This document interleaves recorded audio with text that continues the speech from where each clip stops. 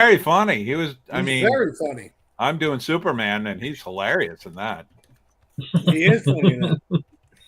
All right, and we are live. So, welcome to episode 262 of An American Werewolf in New Jersey. I am the American Werewolf. In the house tonight, we've got the Over the Hill gang. And minus one, I think.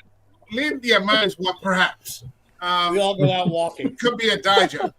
We've got Frank from The Heart's Truth, who will be inserting perhaps many a witty quote as the time goes by. We've got our Pine Barren Authority and resident Jersey Devil expert, Tony D., author of The Pineys. And thank you for coming back. It's good to see you again, man. Thanks for having me. Yeah, and always. We've got Grim Tuesday, and I'm going to make an example out of you, okay? We've got Jeremy. So, first time on the show, thank you for joining us. Yeah, of course. Thanks for having me. I mean, I'm sure Frank wouldn't let me live it down if I didn't come represent, so. And I'm sure all will be well, man. All will be well. Sure. We've got Mike from the Divine Will Era YouTube channel. Thank you for joining us once again. Haven't seen you since Nefarious. Good to be here. Thanks, Mike. Yeah, as always.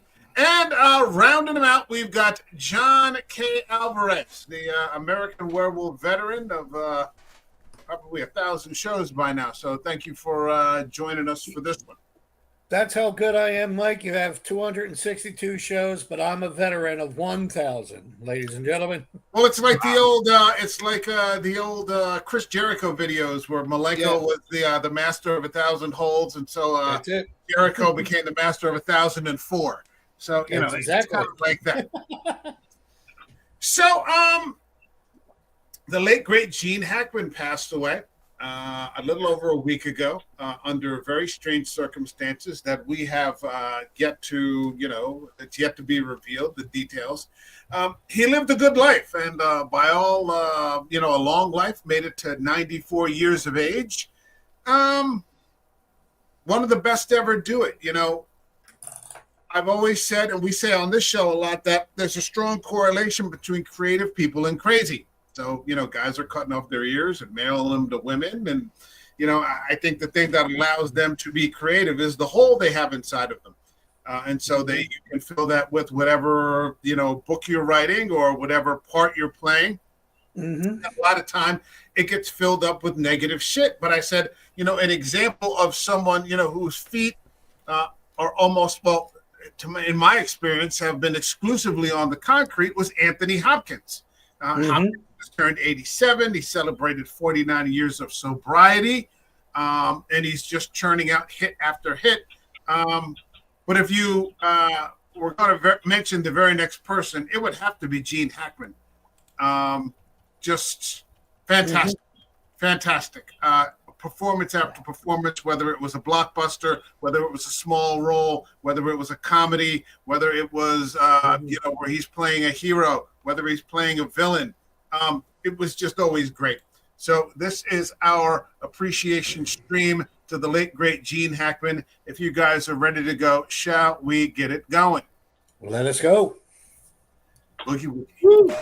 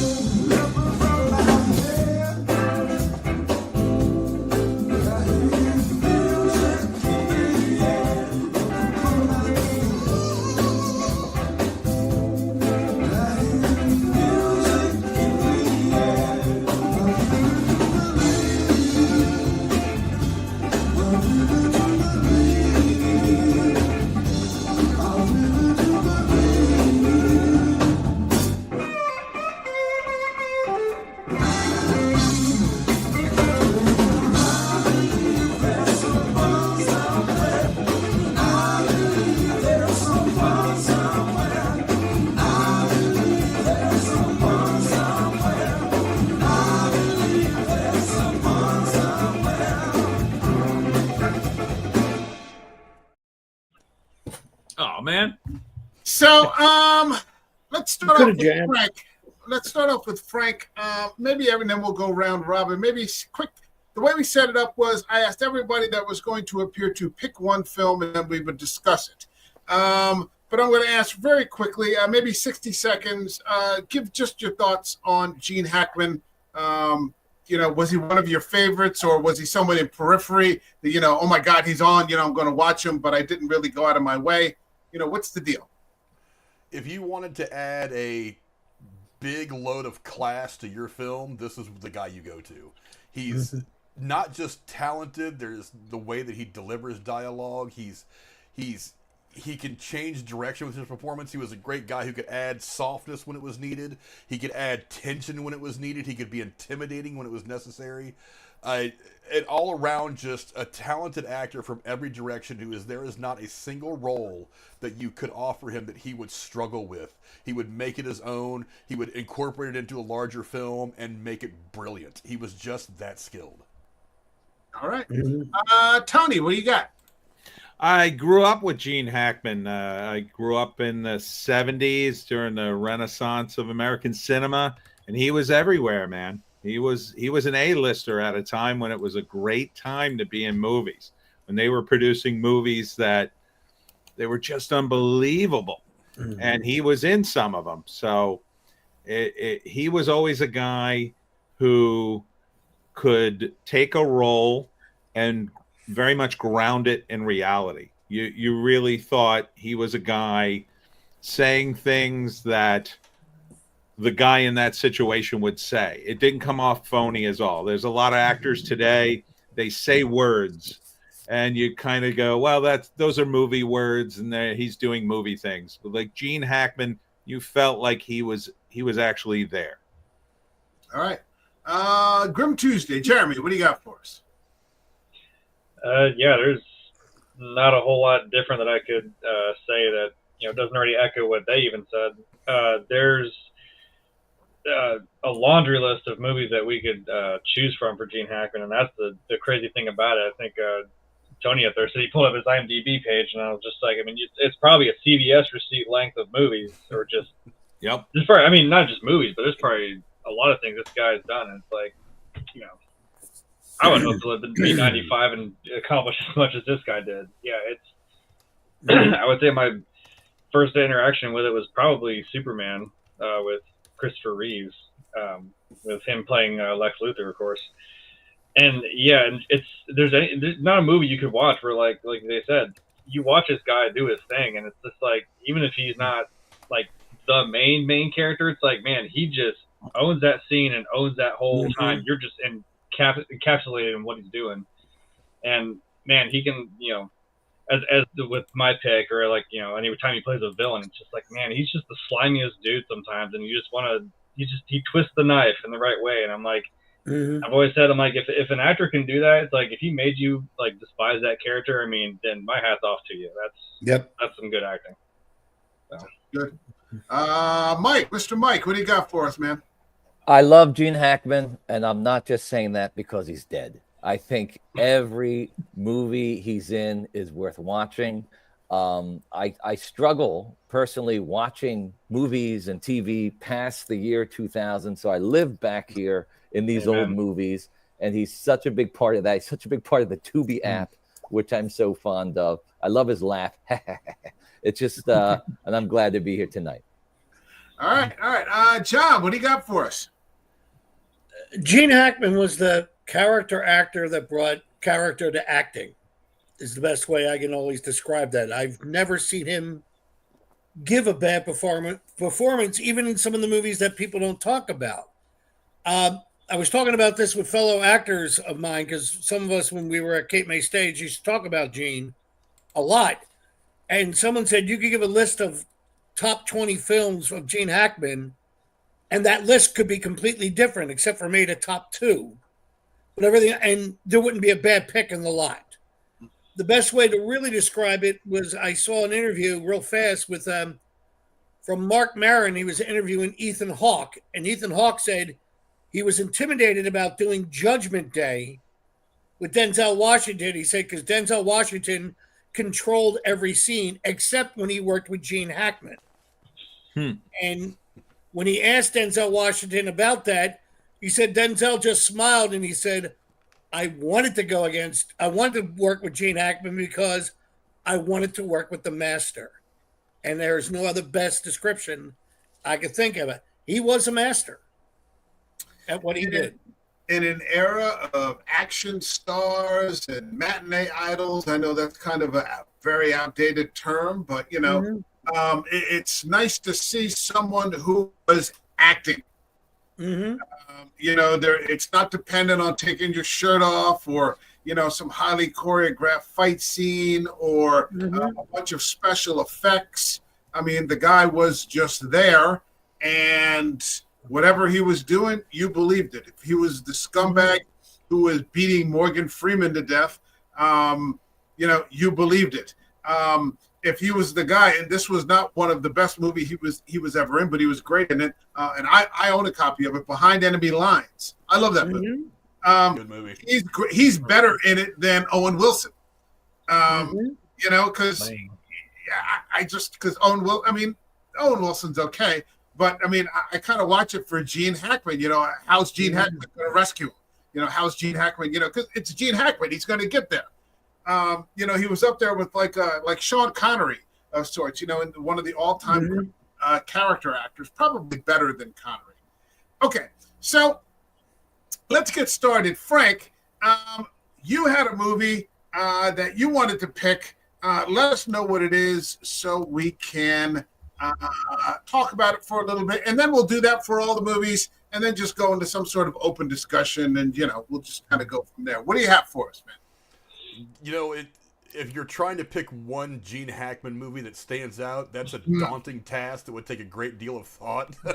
But more thought that I could put in over the course of the week since we've lost him. But one movie that I've always had a great appreciation for that I think has kind of flown under the radar, even for Hackman admirers, is the movie Runaway Jury. It's a loaded cast of some really great actors. I mean, his good friend Dustin Hoffman acts across him. It's got Rachel Weisz in her young careers. It was starting to really blossom. John Cusack, but despite all that, he still kind of, I don't know if it was accidentally or kind of on purpose, really does own the movie. This movie really, even though it's probably not supposed to, really is centered around him. He is the gravitational force that all this rotates around.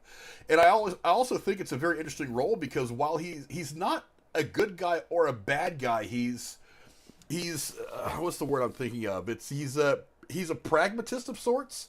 He doesn't really care either way. It's just he's got the job to do. He's doing it, and the whole movie is one that does not stick to a certain point of view or way of thinking.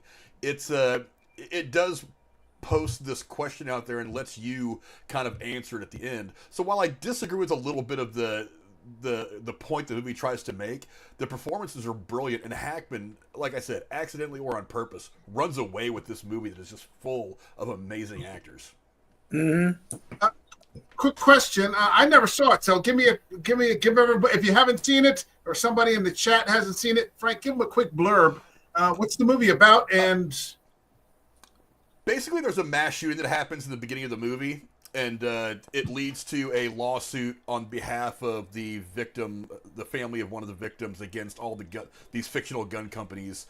And it's about it's interesting in part because it's about the jury selection process. Is kind of what it rotates around. You don't think about that a lot. All the times in real life we've seen OJ and all these other different big time trials. We've never really been exposed to the jury selection process, and it actually uses that as a big plot point in the film.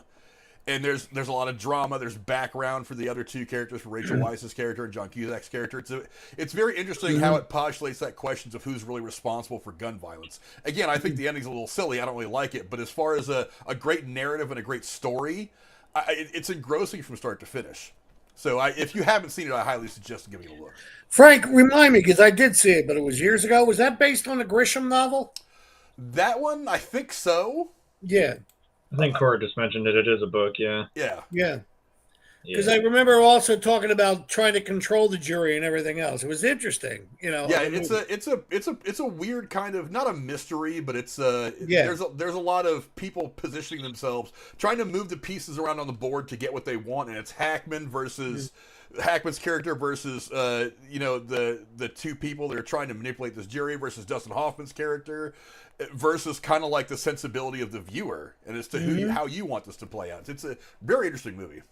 If people don't remember, we would, there was a while there where Grisham was having a run getting his books adapted into film, and there was quite a run of the court procedural dramas that were going on. We don't get those anymore. No. I kind of missed them because you had to act, and they were actually quite good. It was probably in the 90s when we were getting that run of movies, and they were all enjoyable. I mean, they were all, different stories and different cases. We had The Rainmaker, we had A Time to Kill, and probably a million others. He had another one called Class Action that he was really good in, where he's Mary Elizabeth Mastrantonio's father. That was a good movie as well. Whatever happened to those movies, they've all been replaced by, superhero stuff. Well, I think they still make them, but I think they're very cut and paste now. Like every once in a while they'll throw Jennifer Lopez in one of those movies, and you just go, "Who cares?" Right? They're just kind of the same cookie cutter, scenes about people going, "Oh no, there's a big dramatic moment in the courtroom," and the big twist at the end. It's just become boring. I think that's more an overall critique of movies today. They've just become too corporate. Yeah, because they want to make them just good enough so you'll see them, but they don't want to make them better where they have to spend more money or take a risk. Yeah, and Hackman always played those characters well. He always he was able to build that intensity or tension just by his delivery and everything else. I remember he did another lawyer movie with Tom Cruise a couple of years before that one. Another Grisham movie, yeah. Another Grisham novel. Yeah. Oh, I only saw that once. Fuck, I gotta watch that again sometime soon. I should mention him and Cruise were in that, and one second, Hackman was great in that movie. John, hold on 1 second. I just want to say real quick, and then I'll let you get back in. I'm sorry. Runaway Jury. I was just checking. If you're in the chat, Runaway Jury is currently available on Tubi. So you can watch this movie for free. Don't take our word for it. See it for yourself. But it's Gene Hackman, and if you're in the chat, you probably already know, that it's it's on the money. But this movie's currently available on Tubi. So go check it out. Go ahead, John. I'm sorry. Hackman had a way of doing that when he performed, because a lot of these drama type movies, it's not action packed, but he made it build that tension up like it was action packed type deal. Your adrenaline pumped. You sat up and paid attention, and that's from his performance. And also knowing what a good script is.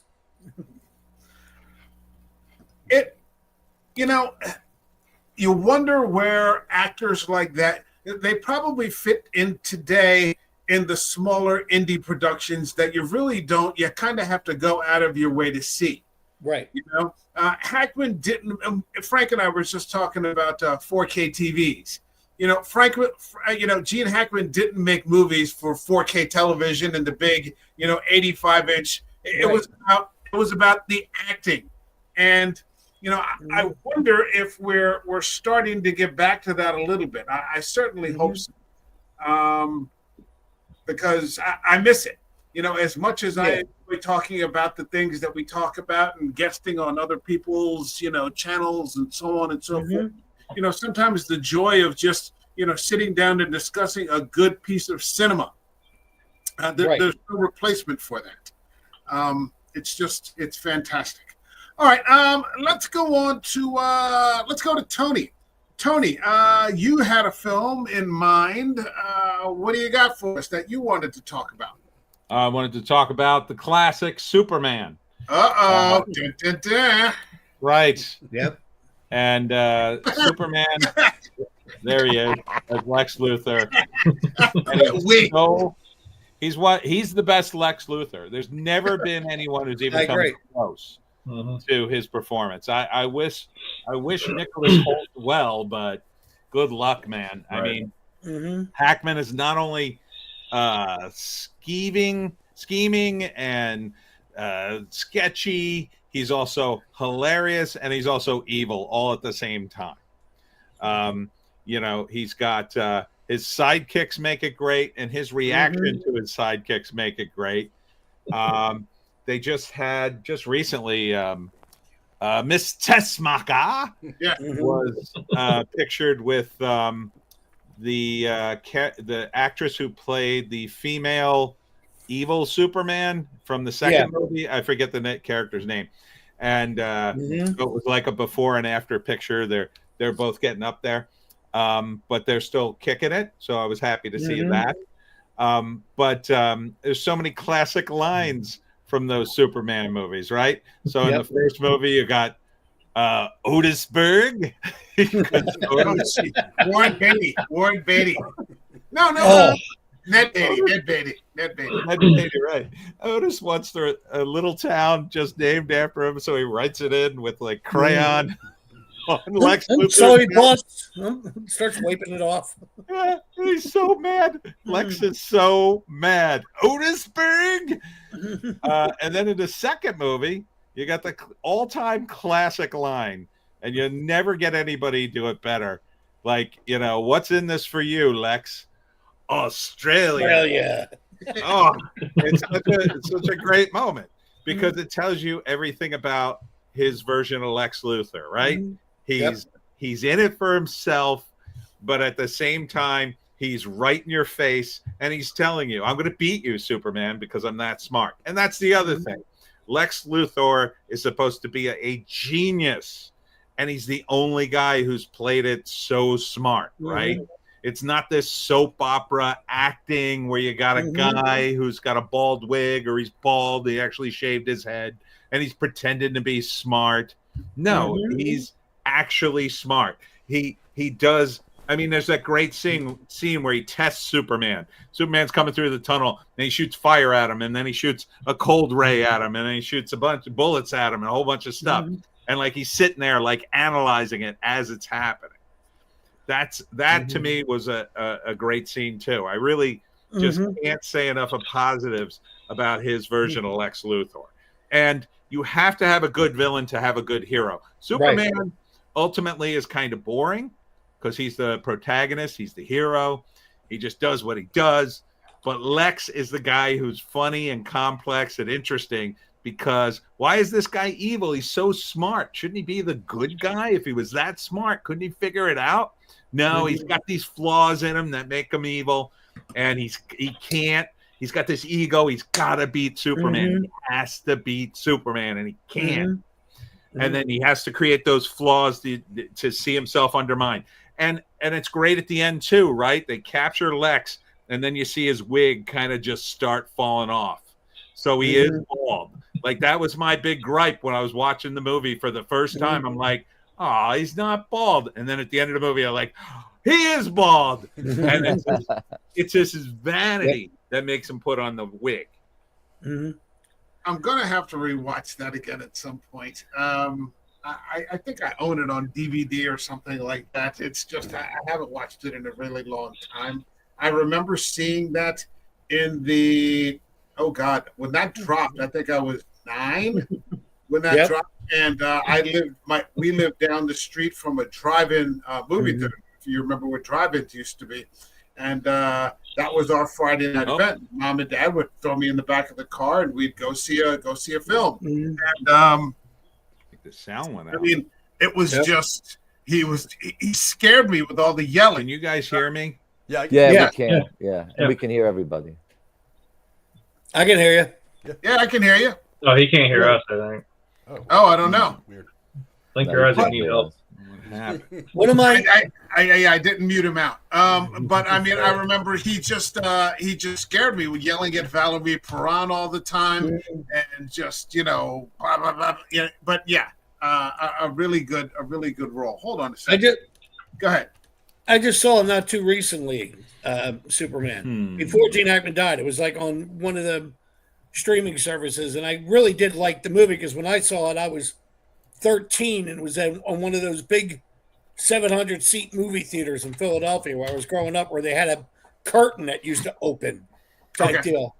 But when Gene Hackman is when Lex Luthor is talking to Miss Taxmacher, and he's going, I'm the most brilliant mind in all the world, and I surround myself with fools and morons. And Ned Beatty walks in and goes, hiya, boss. Oh, I was just talking about you. It's the subtle delivery of his humor. And he wasn't trying to tell the joke. He knew the joke was there. And it was brilliant. It was had such depth to the character because you start to like him, and then he would do a dick move. Subtle humor can sometimes be the funniest. Yeah. When it's like I always tell people that's kind of what British humor is. It's Yeah. not like you're not hitting the punchline. You're just speaking and letting the audience kind of experience it. But one of the brilliant things about him in that role in Superman, and they struggle with this even as good as the MCU has been at times, and with DC with these mega franchises, they still struggle with having bad guys that aren't just a carbon copy of the hero. You know, one of the Flash TV series, one of the knocks in that series is like every bad guy has another speech, so there's not really a lot of variety. You got Superman, this character who was of another planet, power from Earth, yellow sun, heat vision, super strength, bulletproof. He's a god. And this guy for 2 movies gives him all the hell that he can give him, and he is just a dumb human guy who's very fragile. And Superman can walk up to him and punch him right in the face and end it the first 5 minutes of the movie. Right. But somehow he puts together a character and performs it in a way where he is a legitimate threat to this godlike being without having any of those powers. And he does it with he's great comedy, great evilness when the dialogue, when the moment of the movie calls for it. That's one of the most complete performances I've ever seen in a superhero movie. So I'll never let somebody give me crap that you can't tell me Batman can't go toe to toe with Superman, because he absolutely could. Yeah, he plays it sinister, and enjoys the hell out of being the bad guy.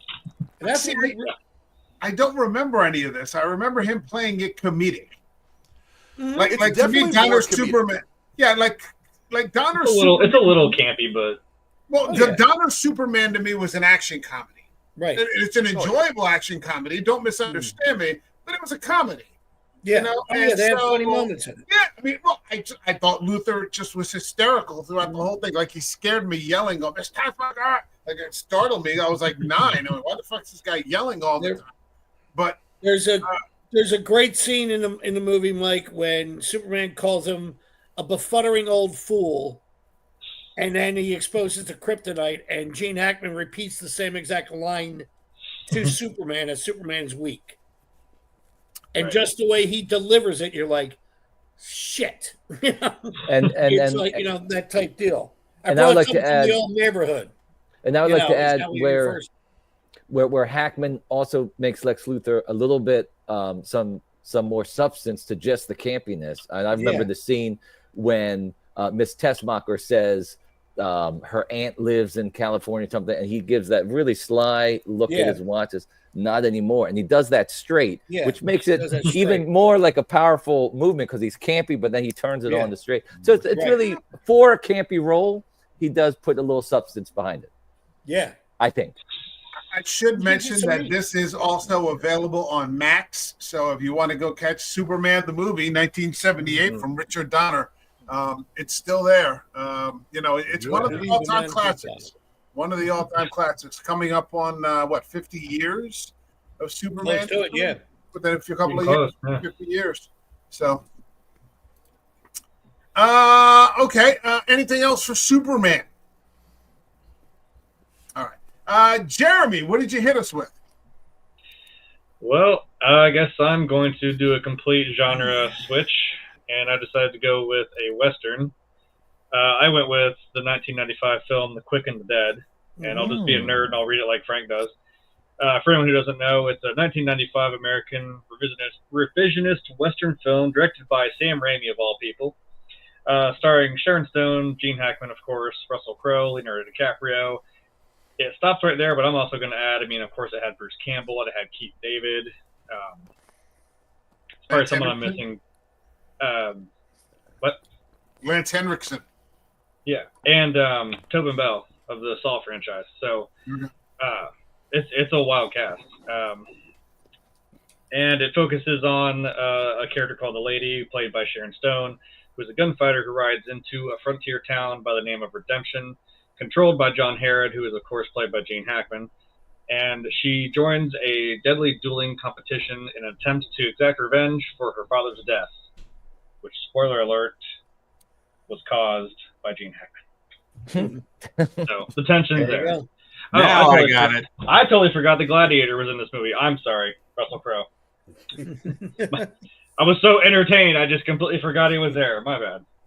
Playing So feature I guess I'm 30 years late to the party. This is one that I've never actually seen. I've seen bits and pieces here and there, but I've never sat down through the whole thing and watched. Watched this out. I'll have to get around to it. Okay, there's too many people in here not to. So I mean, yeah. I take it he's just an evil bastard in this one.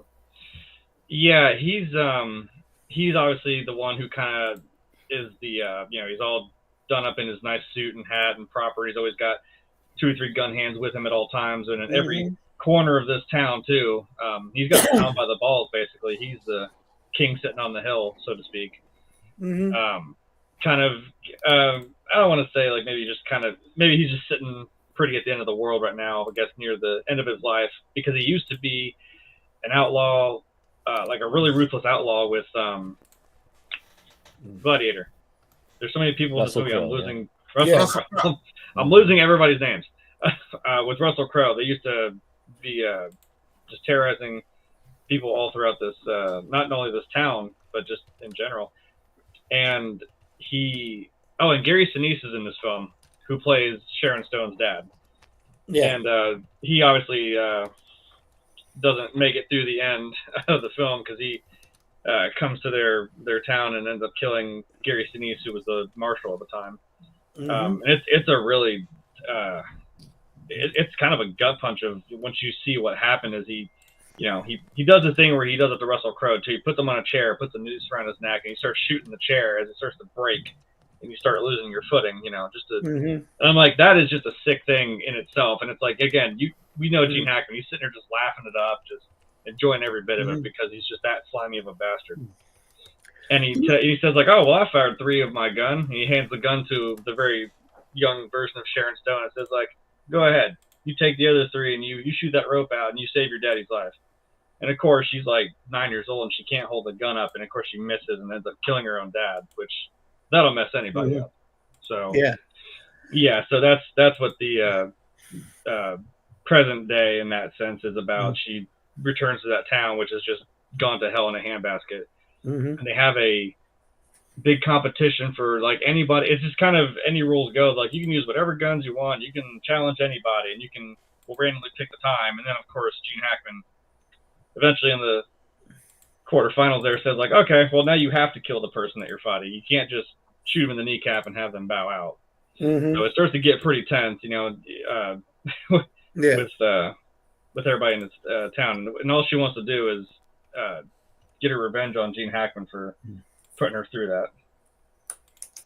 Okay, I have a question. Go ahead, Tony. I have a question. So, does anybody have Unforgiven? First off, I don't want to step on anybody's movie. No. Nobody has Unforgiven. How would you compare Hackman's performance in The Quick and the Dead with, say, his sheriff in Unforgiven? Is it similar or is it very different? We did do that, Frank, right? We did Unforgiven We did a while ago. Yeah. I'm trying to like. Well, I mean that's 2 different sides of it. Yeah, it's weird. Yeah. Like I said, he's got range, so it's. I would say Quick and the Dead it's much bigger, right? It's probably like a bigger character, whereas he's the one in Unforgiven is more nuanced. Yeah, because I mean he is just playing obviously the big boisterous kind of guy, like that he knows that he can just walk out there and like that picture he had where he just lights his little cigar and then he can just gun anybody down that he wants to. And he does have that pretty poignant speech after he just shoots his opponent and he turns around, he's like, I'm confused, like by all of you. I don't know how I keep, all of you seem like you don't have any money to spare, but you seem to have enough to go around after all the dust settles. And he's like, you want, and he starts getting that, that monologue going. He starts going like, you only all live because I let you. Like, like, man, like that, he's got the ego the size of that whole town. And he just, it's a shame. It's a shame because I remember when the movie came out, a lot of critics said, oh, he's just redoing what he did in Unforgiven. And when I saw it, I disagreed with it. I mean, Unforgiven and the character in Quick and the Dead were two different people. They were similar in some aspects of like the greed and being a former, outlaw, trying to, for lack of a better term, get what they can towards the end of their life. But in the Quick and the Dead, he was, at the end of Unforgiven, I was actually upset that he died, even though he was a prick. Right. At the end of Quick and the Dead, I was like, good, he's fucking dead. Right. I mean, you want him to die. In Unforgiven, he was a good dick in that movie. Yeah, in Unforgiven, it's more like, he wanted to finish off Clint Eastwood because that was just sort of his job. And then he has that last line, I was building a house. And then he dies. Right, yeah. And it's just like, wow. Like this. I didn't know Sam Raimi directed Quick and the Dead. Yeah. That's what kind of got damn. me. Right. I gotta watch that again then. That's why I like some of the stuff you can kind of, I mean, some of the things like where he does have a cool death, like where she shoots him and then like all of a sudden there's just like this perfectly clean hole going through his body. You see like his shadow on the ground, you see the hole coming through. It's like, okay, but that's not really. And then she pulls another one, like shoots his like right through his dome, and he does like a triple somersault backwards. I'm like, whatever. Yeah. Have your moment. It was kind of funny. Let me ask you, Sam Raimi thing. Let me ask you, Jeremy, what do you think about Sharon Stone's performance in it? Did she play a full character, or was it two-dimensional, sexy, strong woman? Well, I mean, I'd let her step on my neck with those boots. She wears them in the bed. I mean, more than once we saw that, so I'm kind of like, okay, the boots stay on. That's an interesting approach to that. Okay. No, she she kind of has a little more range to it. It's like she can come in. She comes into that town, and she does have that stoic smolder to her, and she's just kind of short with everybody. I mean, of course. Some lady walks into the saloon, she asks for a room, and the guy doesn't even look at her. He says, like, whores are to the left. And she just puts her cigar down and says, say that shit again. He's like, whores are to the left. She kicks his fucking chair out from underneath them. And I'm like, oh. And he's like, oh, okay, maybe let's get the lady a room.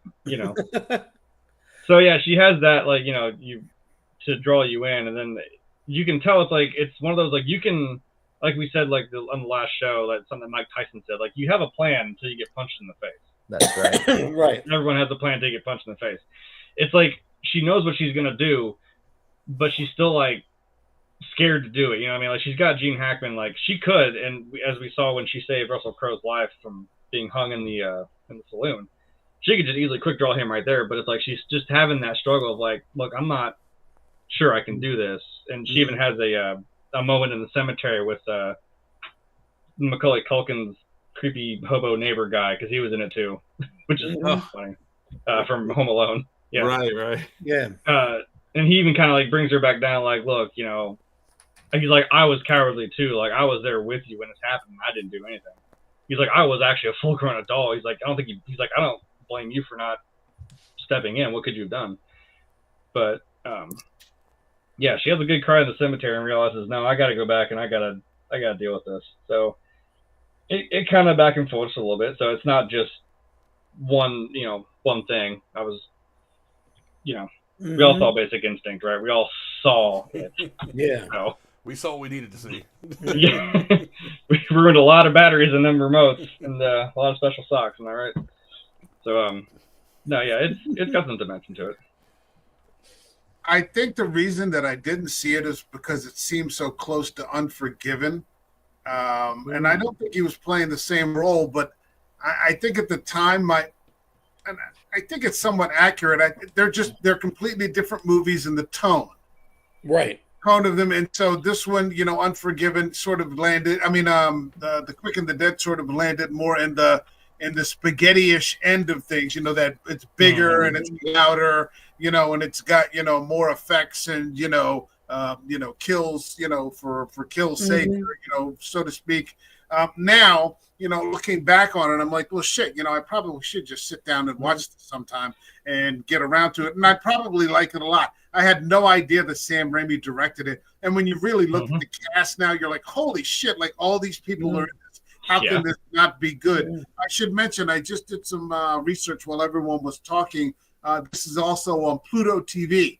So if you want to go on there and watch it, there it is, another quality Gene Hackman flick that you can get there with like an ensemble cast. Russell Crowe, Sharon Stone, Lance Hendrickson. Isn't DiCaprio in this? Yeah, Leonardo DiCaprio is like a Billy the Kid type character. DiCaprio's in it. I'm like, this is like very young. pre-Titanic. I'm like, I think this is even pre-Gladiator, like for Russell Crowe. Yeah. And I'm like, this is early. DiCaprio is like, I think it's right after Gilbert Grape. I think it's right after Gilbert Grape, which was like 94. So this is a year later. It was before Leo became insufferable. Yeah. I mean, okay. There's a scene I remember when Gene Hackman and Russell Crowe, they're trying to give him a gun to fight. Yeah, they go into his shop. I kept seeing that clip, and I was like, damn, I gotta watch it. The two of them. Yeah, even if you've never seen the movie, if you just watch him, like I said, it's like Hackman's just leaning over the counter, and he's like just twisting that knife in the side of Russell Crowe, where he's trying to get him to kind of get him to come back here, and so he throws him a gun. It's just like muscle memory, flipping it around, and he's just kind of like, feels good, doesn't it? And it's like he's just poking the bear. Yeah. There were also in the 90s a bunch of westerns that were made. I mean, they're still sort of making westerns now. They drop one every now and again. But I mean, you were getting like Tombstone, these sorts of films, and then you'd get the more introspective stuff like Unforgiven or what was the other one? Wyatt Earp. I happen to be a huge fan of Costner's Wyatt Earp. It's a sullen piece of fucking cinema, but I like it through and through. Speaking of Costner, and Gene Hackman's in that. Gene Hackman's in that. He plays his brother or father. His dad. He's the dad. Yeah. Oh, okay. Nicholas Earp. It says. Yeah. I'm looking at the IMDb. Yeah. He was in a lot of westerns actually. Yeah. He was in something called Geronimo, an American Legend. Ooh. I love Geronimo with Wes Studi, with Jason Patric, Matt Damon. Fuck yeah, I got that on DVD. There's a movie that came out in the late 70s. It's him and God, I'm trying to remember who the other actor that's in it, and the actress who was in Stepford Wives, called Bite the Bullet. Yeah. It came out that he was in. 75. Was that 75? Yeah. Yep. Oh God, yes. I mean, he did a lot of westerns, man. Yeah, see, Cora's echoing my sentiment. After watching this, I was just like, God, I remember the remake 3:10 to Yuma, which also had Russell Crowe playing, the teetering on he's a bad guy, but not like a bad guy. Yeah. And Christian Bale, it's like it's a pretty solid remake of a movie, and I was like, man, he's good as hell in that too. Yeah. I was gonna say, speaking of Costner, another good western that is one of my personal favorites from like 2003 is Open Range. Oh man, Robert Robert Duvall. Yeah, that's Dude, great. I was like, if you want to see, I mean, just one of the most explosive gunfights you've ever seen at the end of a movie. Holy hell! Yeah, like that's a good movie. And I love the conversations they were having in that gunfight. It was very funny. Yeah. Oh yeah. Yeah. That's a great fucking. It's a shame. The Western is sort of struggling. You've got Taylor Sheridan, who sort of brought it to Paramount. Plus, with the 1883s and the 1923s, that sort of stuff. Costner is trying to keep it alive with this Horizon, but Westerns are those sorts of films that you have to see them on the big screen. Because of the cinematography and the background. And just the sound and everything like that. And I was very disappointed when Costner's Horizon didn't do well. I don't think people have the attention span for them anymore. They're usually, pretty lengthy. They've got involved stories, and You know, It was there's too much. It should have been a miniseries. It wasn't a movie. It was a miniseries. And And it was westerns can be kind of slow burns anyway. At least the good, deep, Yeah. storyful ones. I don't think today's audiences are into that. I think they want 2 seconds of opening credits, then right into everything that's happening. Actually, rather than that's watching it that, in story building. This discussion is a good thing between the comparing The Quick and the Dead and Unforgiven. yeah. Unforgiven's more of a long, slow burning, but building the characters. And Quick and the Dead is quite literally you get quick to the dead. Yeah. It's shots a little faster and it moves quicker. Yeah. If you want an example of a recent Western that was really good, if you haven't seen it, is Old Henry. I don't know if you guys saw that. Oh, I just saw that the other day with Tim Blake Nelson. Right. Yeah, I just saw that the other day. Awesome Western. I love Yeah, that. if anybody, it's on the Roku channel. I happen to have a Roku TV, so it comes with the free Roku channel. Old Henry, fantastic Western, and it runs just at about 90 minutes. And very simple, and a very simple kind of Western. There's not a lot of bells and whistles on it at all, but it's very effective. The American Western is one of the few original art forms, along with jazz. I mean, holy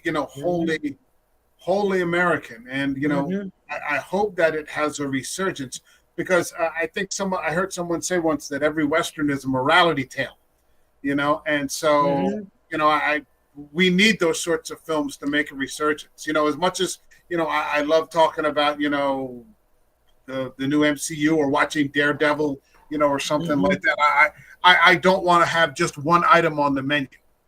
Right. I was going to say, I think of the baby boomer generation and how much the Westerns really meant to them, and how, as they're dying, will it continue? And I remember my father would just come alive and tell me stories about the Nickelodeon and watching Westerns, and even all these Western theme parks that are all closing down. They don't exist anymore.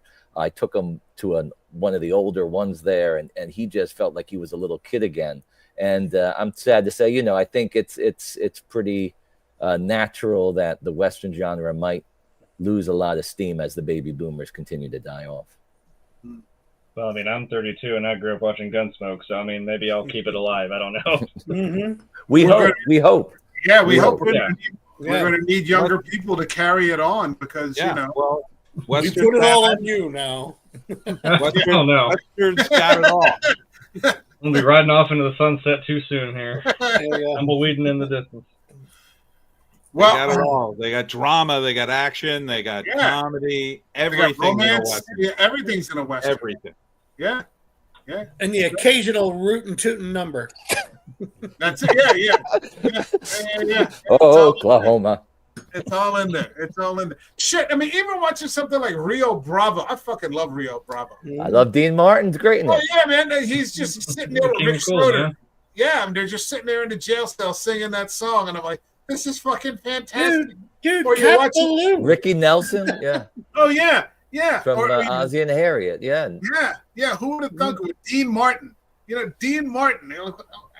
It's fantastic. Or, you're watching The Searchers, or, Pale Rider, or, any of these are just fantastic.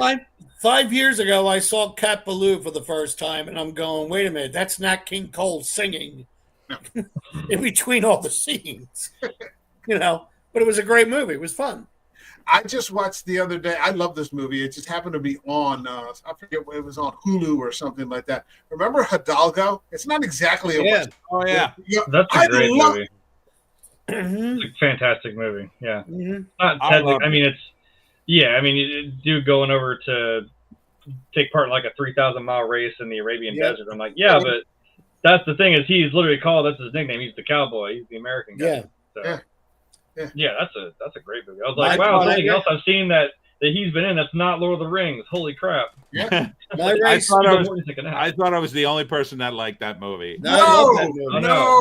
Well, I'm with you.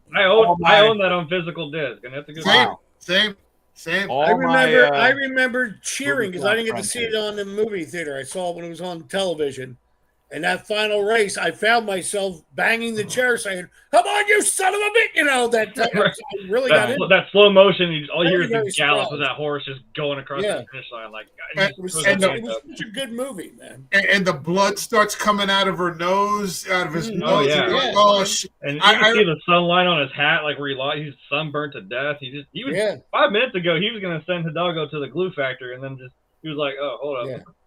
And then the horse beats him. Get your ass up. I remember people saying, if Let that him up. horse dies, we fucking riot. I mean, the That's first it, time yep. they watched that horse better not fucking Yeah. die. I remember thinking to Holy myself, shit. that horse dies, I'm going to freak out. Hold on a second. Yeah. We got some comments here. Good ones too. We got Cora saying the spaghetti westerns are iconic. You're absolutely correct. Yes. Mm-hmm. That's Um, a great era of filmmaking. Yeah. Mhm. I mean, I we've mean, this got. movie even had bits of that too, like the close up of their faces and the real zooms and kind of. It's a little goofy, but I'm like, yeah, but that's the iconic spaghetti western thing. You're like up close in the person's eyes as they're like staring each other down in the middle of the road.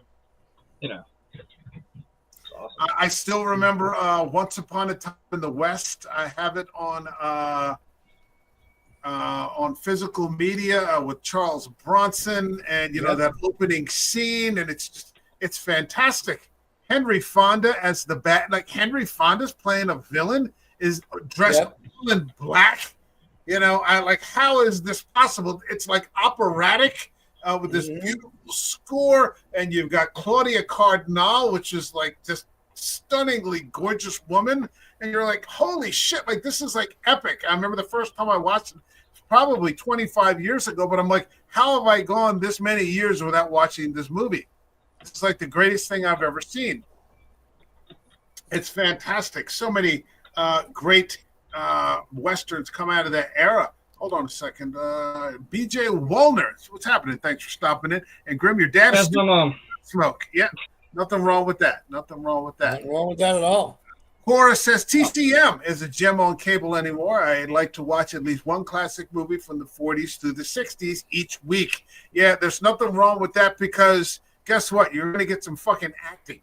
I was tempted to watch. We're getting off track from westerns, but I was tempted to watch The Third Man the other day without Orson Welles. Love that movie. Oh yeah, that's a serious noir. And I was like, not right now, but I got to get back to it. And TCM is another one that comes with the Max app. If you get the Max app, they have TCM on there for free because. Oh, do they really? Yeah, I don't have cable television. I have. Well, I'm gonna fall down a rabbit hole. Oh God, no. Yeah, it's on there. So you click down, and it's like Discovery, Max, HBO, TCM. So like I can watch Shark Week. Like I like to watch Shark Week. So when Shark Week comes up, I don't have Discovery, but I have Max, so I can catch it through there. And TCM's on there too. Oh boy. Yeah, love watching things on TCM. That's how I found out about. I didn't know that there was a silent version of The Wizard of Oz. Right, and those were the words that left my mouth. I was like, hold on. I sat back and I watched. I was like, hold on, I want to see this, and it's a weird. Frank, you're nodding your head. I think you know what I'm talking about. It's really weird. I've only seen clips of the silent film. I know it's there, and I can watch that. I just never got around to it, but it is. Yeah, the Judy Garland version that we all know is not the first time they put that on film. Right. Yeah. Well, it's like if you watch the silent films of Moses. There's one of them that's a silent film, and Ben-Hur has a silent film. So they've been doing remakes back in the 40s and the 50s. And speaking of Wizard of Oz, I was going to say, watch that. Okay, I'm sorry. I was going to say, Return to Oz. Ever see the Return to Oz Disney that came out in the 90s with the Wheelers and the headless one? Now that is a weird variation of Wizard of Oz. It was a very odd movie. Well, there's also the Wiz from like the 70s or 80s. Yeah, that was the 70s. Yeah, I love the Wiz. I love the Wiz. Actually, that's coming back to Broadway. Yeah. They asked John Legend to tweak it up a little bit. The whole fucking thing is weird, man. The whole thing is weird. You're right. The Munchkin, everything. Well, and like I said, even the 1925 version is just weirdly surreal, man. I love the different uses of they do that back in the day. They use different film, different colors of film to show okay, this is a different scene. This is Oz. This is the dungeon where they're being held captive. This is Kansas, you know, it's That's when poppies were legal. Yeah, right. well, yeah. Before they start dumping asbestos on them, they're like, that looks like some beautiful snow, doesn't it? I Yeah, no idea. remember. Well, I remember watching it the first time, and when the house fell on the witch and her feet are sticking out from under the fucking house, and I was like And then just 6 or 8 years old. And I'm like, what the fuck are we watching? It freaked me the hell out. Or like when they're going down the yellow brick road and the witch is like hanging behind the fucking tree. I'm like, what? She's right there. Like, this is a horror movie, no, man. it was. Holy For me, it was the flying monkey scared the absolute shit out of me as a kid. I don't know what it was, man. They were freaky. Do you know what would have made that movie better? Gene Hackman. That would have made it. Oh, he would have made a good version of Way the to, Wizard. way to get us Holy back shit. on track. Thank you. It would have been the great Segue. Wizard Yeah. of Oz. He would have been a great lion. He would have been a great anything. Tin Man. I wouldn't have wanted him as a Tin Man. No, not the Tin Man, but the Lion. I would actually pay He'd be good every money to Munchkin. see him play the wizard. Yeah. That's what I'm saying. He'd be a Oh good- yeah, he would have been great as the wizard. You know, he would have won at the end. You know, The Wiz is incredible. The Wiz is incredible. the I use Wiz is YouTube incredible because it has Michael Jackson I'll say singing the it's 'cause song. Michael Jackson. Yeah. And He's Diana the Ross. scarecrow. I ain't Diana Ross. That's right. Who else was in that? Man.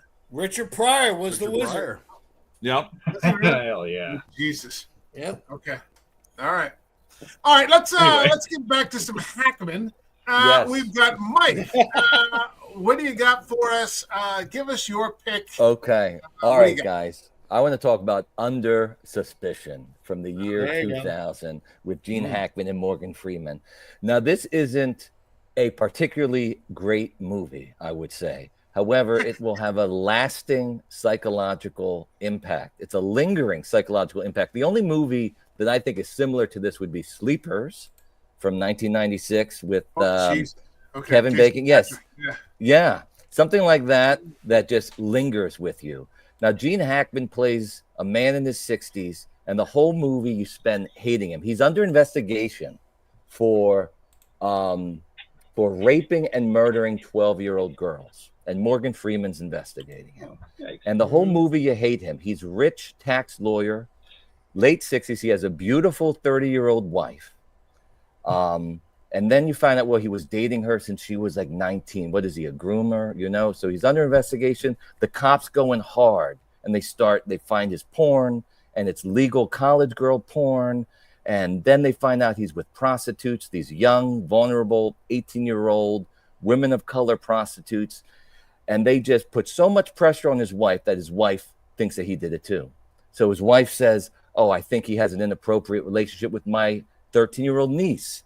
And I'm going to help the cops come into my house and try to find evidence against them. And then they find some circumstantial evidence that these little girls were in the background of one of the pictures of birds that he takes, because he takes a lot of pictures of birds, what have you. So the cops go on him. You hate this man for everything that he's done. And at the end, boom, he's innocent. And that's where the movie, and his whole life is destroyed by these cops. His whole marriage is destroyed, the betrayal.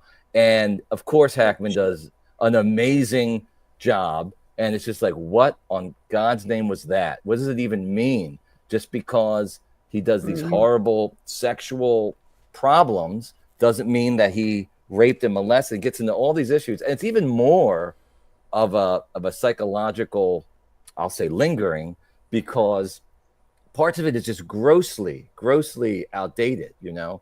I mean, the movie seeks to humanize this man with sex problems, but no one in 2025 is interested in humanizing a rich 60-year-old white man who has sex with 18-year-old poor, vulnerable prostitutes. I mean, that is so out of the realm of anyone trying to make that a sympathetic character. But that's precisely what this movie does. At the end, it flips everything on you, and Hackman becomes a very sympathetic character. You feel sorry for him. And it's really something to see. It's a very unique movie, not particularly great, but a very worth watching, like anything with Gene Hackman, and really worth the experience. Mike, let me ask you a question. When you say not particularly great, do you mean not particularly like cheerful or like? Yes, or yeah, do you mean yeah. like it's When I say great, yeah, it's not Yeah. a great feel-good movie that you want to watch. You don't want to watch it a second time. I'll say that. You don't want to watch it a second time. And And I think it's made to make you suffer with Gene Hackman. And I'm not sure if that's a good movie. I don't think anyone says, "Oh, I want to go suffer with Gene Hackman for an hour and a half." I'm not sure if it's a good movie. It's an artsy movie. It's very effective in what it sets out to do. Would I recommend someone to watch it? Not unless you really love Gene Hackman, like everyone in this chat room right now. I wouldn't really recommend it to my mom to watch or anything like that because it's heavy. But it's really a special film. There are a few films that I've heard of like that, where somebody, and it's almost always a man who gets sort of falsely accused. There was the movie with Philip Seymour Hoffman, Doubt, where he plays the priest, and he sort of gets persecuted by Meryl Streep, and she I think she ruins him, and then at the end she admits that she wasn't sure. There was another one with Matt. Too close to real life sometimes. Yeah, I'm sure it probably is. How things you just get people get swept up, in the machine and in the gossip and in the innuendo. There was another one I think with Mads Mikkelsen, where he's like a kindergarten teacher who gets accused of having inappropriate, and it turns out not to be true. But by the time it's over with, his life. Mads Mikkelsen as a kindergartner teacher. It's a Danish movie. He does a lot of different shit overseas. That makes more sense. The stuff he does in America, like he does, I guess, to be in his typecast sort of positioning. But like in his native country and over there in Europe, he does a lot more different stuff. Those movies are hard to watch. Yeah, you're right. You watch them one time and you're like, okay. Hey, there's a reason why I've only seen Schindler's List twice in my entire life. That's a heavy movie to get through. Yeah. Right. And Mike, hard. you bring up like another theme that these movies have. It also attracts like how flimsy our perception can be. It can buckle under pressure, and it makes you question reality. And you can be so sure you're perceiving something, but there's all these other factors that you can be completely misperceiving this entire relationship and scene, and just fully be convinced of something that wasn't there. There's a fantastic Japanese film called I think it's directed by Kurosawa, Rashomon, and Rashomon is the story of, I think it's a rape and a murder told from 4 different perspectives, and it stars Toshiro Mifune, and it's just 4 different people telling the same, and like the way that it shifts, from the first witness all the way to the 4th, you're like you don't know what's true and what's not. But everybody that is telling the story swears that what they saw was the truth. It's one of the greatest films of all time. Yeah, that movie created the idea of Rashomon, that it became a term, right? There became a term for that, showing in film different perspectives of the same event. Right. That is correct. You said that. I was like, there was a movie I watched where it's like, I think, I want to say, what's his name? Yeah, that's real helpful. Anyway, he plays the president, and he like gets an assassination attempt on him, and then it's from like Secret Service's angle, and Forrest Whitaker was in it. He's filming it with a camera. He saw it in the crowd. Vantage Point. Dennis Quaid. Yeah. Well, I never saw Dennis that. Quaid plays the president. Yeah, I saw that movie. Yeah. It's like weird. there's different. Yeah.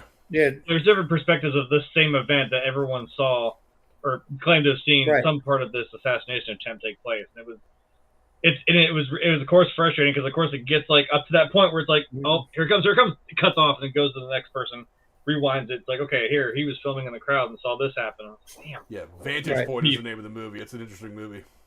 Yeah, it was kind of cool. What was that one where in Seinfeld where they recreated the Zapruder footage? Yeah. With the spitball or something back and to the left. Back and yeah. Back I'm hit. to the left. I'm hit. That had to be one miracle loogie. That was an example of a Rashomon and Seinfeld because it was a mechanism they used in sitcoms all the time. Just like, they'd always do a Christmas Carol episode or an episode where all the characters were trapped in an elevator for most of the time. They'd always do a Rashomon episode. Right. Hold on a second. We got somebody here. AJ Raider. Thanks for stopping in. Hey. What's up, everybody? I know who killed Gene Hackman. It was Casey is Raw, just like he killed Betty White. Oh, AJ, that Don't joke, give him any more credit that he doesn't AJ, that deserve. joke died 4 years ago. Seriously.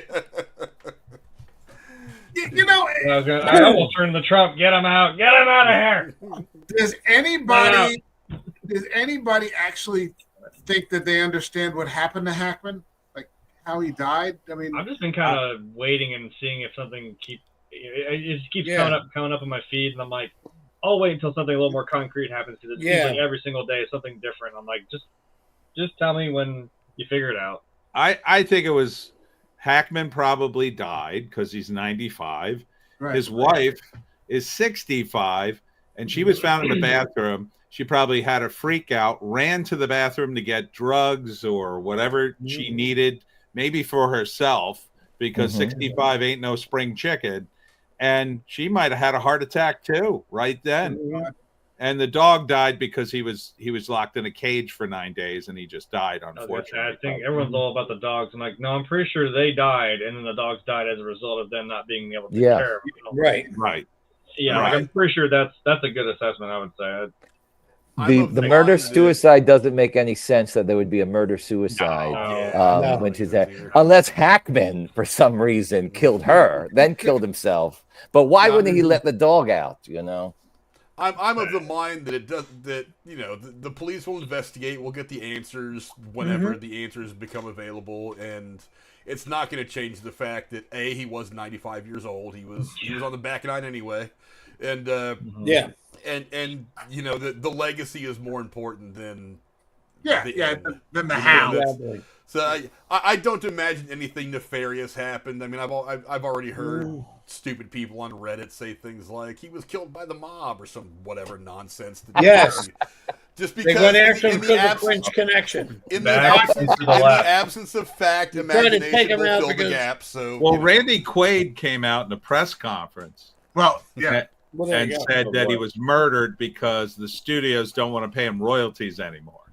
Which, Actually, that Fuck, makes man, sense like, to what- me. I'll Well, buy look, that one. I wouldn't put it past the movie studios to do something like that, Yeah. but of No, all but- people, Gene Hackman makes would have sense had to to me. have killed 20 years ago to save any money. Yeah. So, but it was pretty crazy when Randy came out. But Because he got a lot of back end on Under Suspicion. It was The craziest thing I read was that he's the first of the Epstein suicides. He will be the first of many of the Epstein suicides. there you go. I would be That was very what I heard. surprised if his name ended up on the list. yeah, Not maybe, Hackman. the Epstein suicide. Not was the Hackman. Epstein suicide. But There's by there's all a few accounts, names. There's a few names that would blow me away if they were on any list connected to him. That's one of them. I mean, any name Yeah. could be on there, but that's Macaulay one of the ones Culkin. that would blow me away. all accounts, everybody said Hackman was a sweetheart. Just like you know, who also died is Bob Saget. Yeah. Same thing. Right. Everybody came out of the woodwork to say he was the greatest guy ever. So you Right. can kind of, I think you But he can was kinda- America's dad. Yeah, Bill Cosby. We can forget about him. He's not America's dad no more. yeah. Yeah. Screw Sad. you and your sweater. I looking back on it, I always feel bad for Lisa Bonet, who got thrown off the show. You know, because she did that movie Angel Heart, and I'm like, and then you look back on it and you're like, okay, yeah, I guess that hasn't aged very well. Hold on a second, we got Stuart McQuaid. Hackman was not Clinton-sided. Okay, all right, so he did not have information. He did not have information leading to the immediate arrest of Hillary Clinton. Nobody made the But he fake was tweet. glorified. Oh man, nobody It was made Al that Gore. fake tweet. Shout out to all the people down there in Australia, Stuart. What's up? There brother? you go. Yeah. Australia. All right, John, what do you got for us? You got a movie for us, man? What do you got? Yeah, I do actually. Take it away. The one I picked was a dark film, to be brutally honest. And when I rewatched it, I forgot how dark it was because I hadn't seen it for a couple of years. It's Mississippi Burning. All right. Oh sure, I remember that. That's a good one. Yeah, 1988 movie, directed by Alan Parker. For many who do not know Alan Parker, he has done so many different films. In fact, Michael, you just mentioned one. He did Angel Heart. Yeah. And he's a British filmmaker who tells a very good story. And even though he lays everything out because it's not a quick film, the tension keeps you going. It's a story about 3 civil rights workers in 1964 who were killed in Louisiana. Mississippi. And Mississippi, I'm sorry. And Hackman shows up as an FBI agent, shows up with William Dafoe to do the initial investigation. And eventually what it is that the pressure that's being built in this town to try to find these 3 missing workers. Most of the people in town said it's a joke. They're up in Chicago. Everybody's laughing at them. You know, this is all set up. They were saying it was set up by Martin Luther King and everything else. When you first see Gene Hackman, he's driving with William Dafoe. Dafoe's driving the car. Hackman is reading over paperwork, and he finds a song of the Klan. And he starts singing the song, completely out of key and everything else. And the first words you hit, he goes, I tell you, these Klanmen are better at lynching than lyrics. And that's the introduction to your character. The thing is, he's a good guy. He's from in that area and everything else. If the Klan is considered a pack of dogs, because that's what they kept referring to him as, Gene Hackman is the guard dog in it. Where everybody else, and if this is, again, a brilliant thing, because Gene Hackman was talking this over with Alan Parker, all the FBI agents that kept coming in from Washington, dark suits, black ties, all Gene Hackman's clothing were gray, brown. He was disheveled back. He fit into the town. So when he talked to the people initially, they thought that Hackman would agree with their point of view about the civil rights movement. But as it went along, you realize he was disgusted by it. There's a great scene where he's talking to William Dafoe, and William Dafoe says, how do people become like this? Gene Hackman tells him a story about his dad. As he puts it, my daddy, there was a guy down the farm who was a black man who was doing better than my dad because he had a mule. He was able to plow the land faster and everything else. He then says, the mule died. Somebody poisoned the water. And when I was with my dad, I was 10 years old. My dad looked at the farm, and I looked at my dad and realized he did it. And when William Dafoe goes, why are you telling me this story? What are you saying? And he goes, oh, no, I'm just telling you a story about my dad. You asked me how people can become like this. He didn't realize it wasn't the colored man, as he put it. It was the hatred that he had that made him into the person that he was. It was what he was trying to explain. And this is what they examined. They examine hatred in this movie.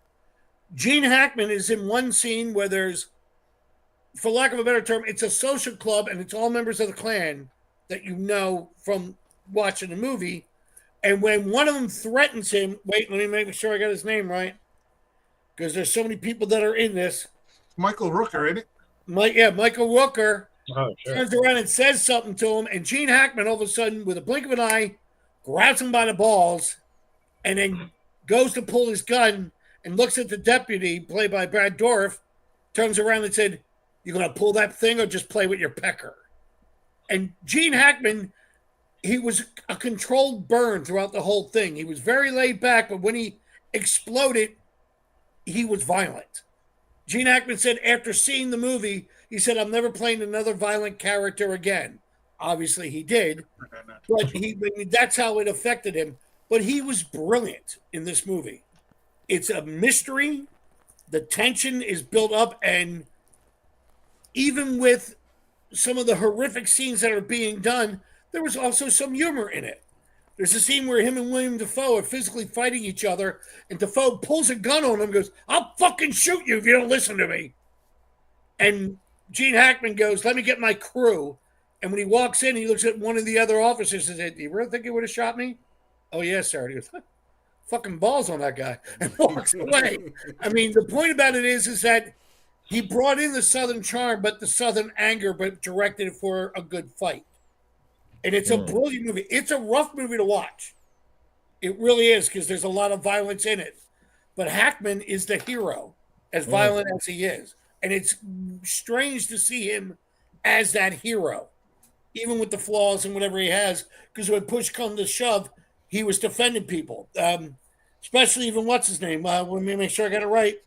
Where is she? Frances McDormand's in it, like at 25 years old, and gets the shit kicked out of her by a bunch of people because he helps her. And Gene Hackman goes on a tear in this, and if you wind up as violent as he is, you're rooting for him. You forget, and this is another one of those movies. It's on Tubi right now, so if you want to see, it's a rough movie to watch. Yeah. Like a couple of the ones that we've mentioned here today, you only probably need to see it once. But it's a good watch. And you forget it's got another ensemble: Willem Dafoe, Michael Rooker, Arlie Ermey, Brad Dourif, Frances McDormand. That's before you even start to get into the black actors that are in it, because it's Tobin Bell is in it. Yeah, Tobin Bell is in it. Yeah. Pre-Saul. You know. Yeah. So it's a good movie. It's a rough watch, though. It's a rough watch because it's it's based on a true story and not the most fun. But that was the thing about Hackman. He wasn't afraid to take chances. So you couldn't typecast him.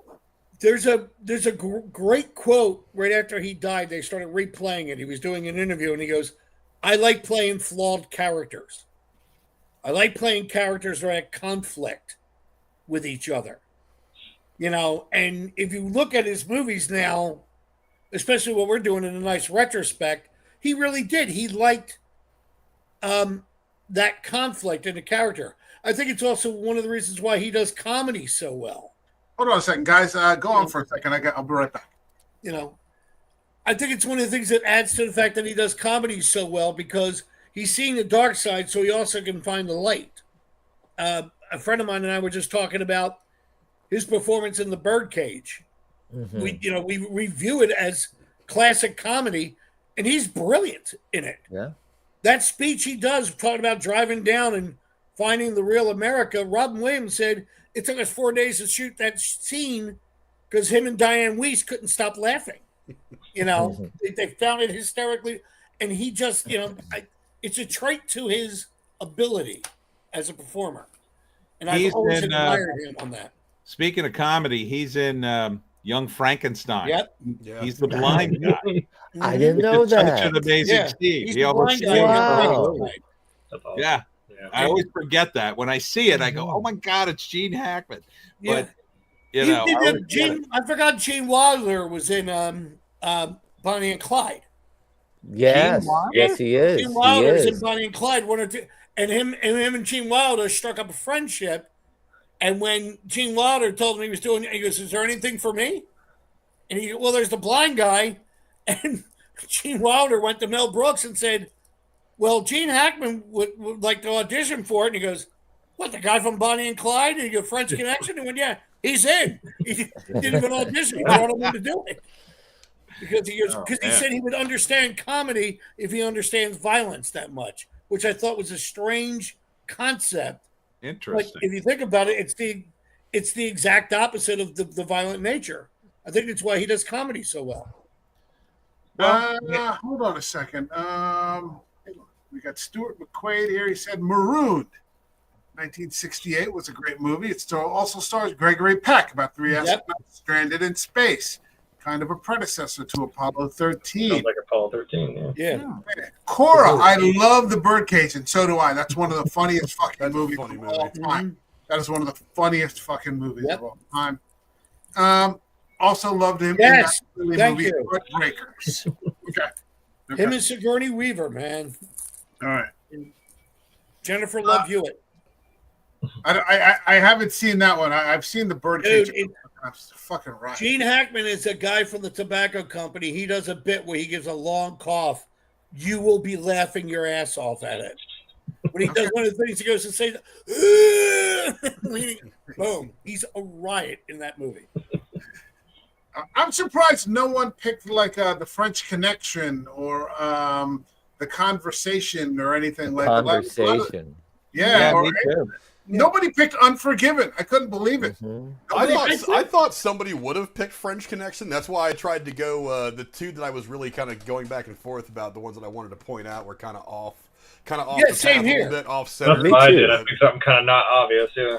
Yeah, I think that's what everybody did, and so we all missed the big ticket items. You know? It's Everybody get the tried- memo. obscure. But I mean, It's we all didn't Everybody do obscure. loves the big ticket item. It's like ignoring the blonde in the bar and going after the brunette, you know? Which Hey, is a hey, good I like strategy. that. it's Which is there. a We good know she's the hottest strategy. one. But I mean, You know? look, we all know how good the French Connection is and how good he was in it. That's what he was an Oscar for. So, I mean, no one we all no know. one picked the Poseidon Adventure. Yeah. And Oh, that well, was no, another, that's I another good apologize. movie, man. Let me apologize to Eric from Hey Internet Eric here. He couldn't be here tonight, but that was his pick, and he asked me to make that note. The Poseidon Adventure was his Hackman selection. I'm sorry, Eric couldn't make it tonight. Okay, let me get to my pick. That was I went with a bit of comedy. Because I saw this and I own it on DVD because it's not one of those ones you have to watch.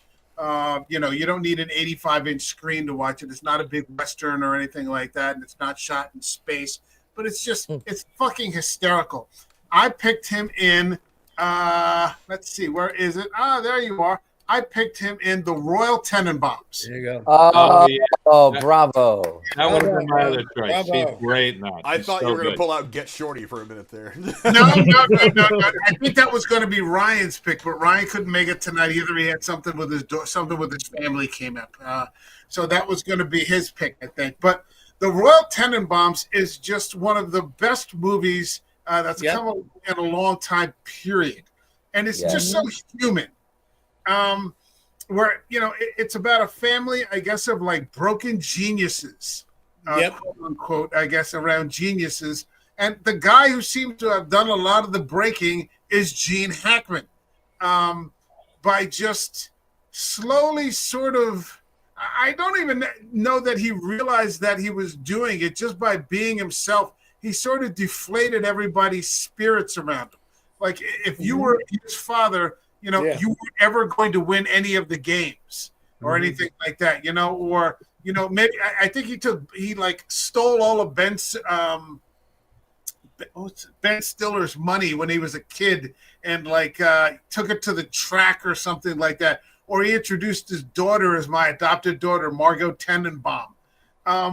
And so now that he's an old man, he's lonely, of course, because he's alienated his whole family. So he pretends to have stomach cancer to try to get his family back. And it sounds so fucking stupid, but it's a genius piece of movie. And I think It's funny. it was the first time I had seen a Wes Anderson film.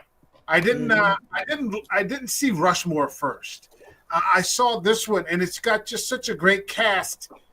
And you get to see Hackman going at it with all these modern, people, and just it's fantastic. It's fantastic. I love this movie. It is. It's great. It's a wonderful movie. It's probably, I think it's Wes Anderson's best movie. Ben Goza. I mean, I think the memorable line is he got the cancer. Yeah. That was a great. Yeah. Hold on a second. Chorus says, hold on. You either love or hate this movie. Does anybody here hate it? Yep. You hate it, John? No, I know people who have said the thank same goodness. thing to me. I loved it, and people were looking at me like I was crazy. I'm like, you didn't get it, But but then again, that's pretty much with a lot of Wes's movies. You either love it or you. He's I don't get it. a very cerebral filmmaker. He can do he can do a lot of different kinds of genres, but it's not so upfront and in your face. It's thoughtful viewing. And so if you're used to watching Dodgeball, probably a Wes Anderson film isn't your, it's not your cup of tea necessarily. There's a great quote I just saw from Bill Murray.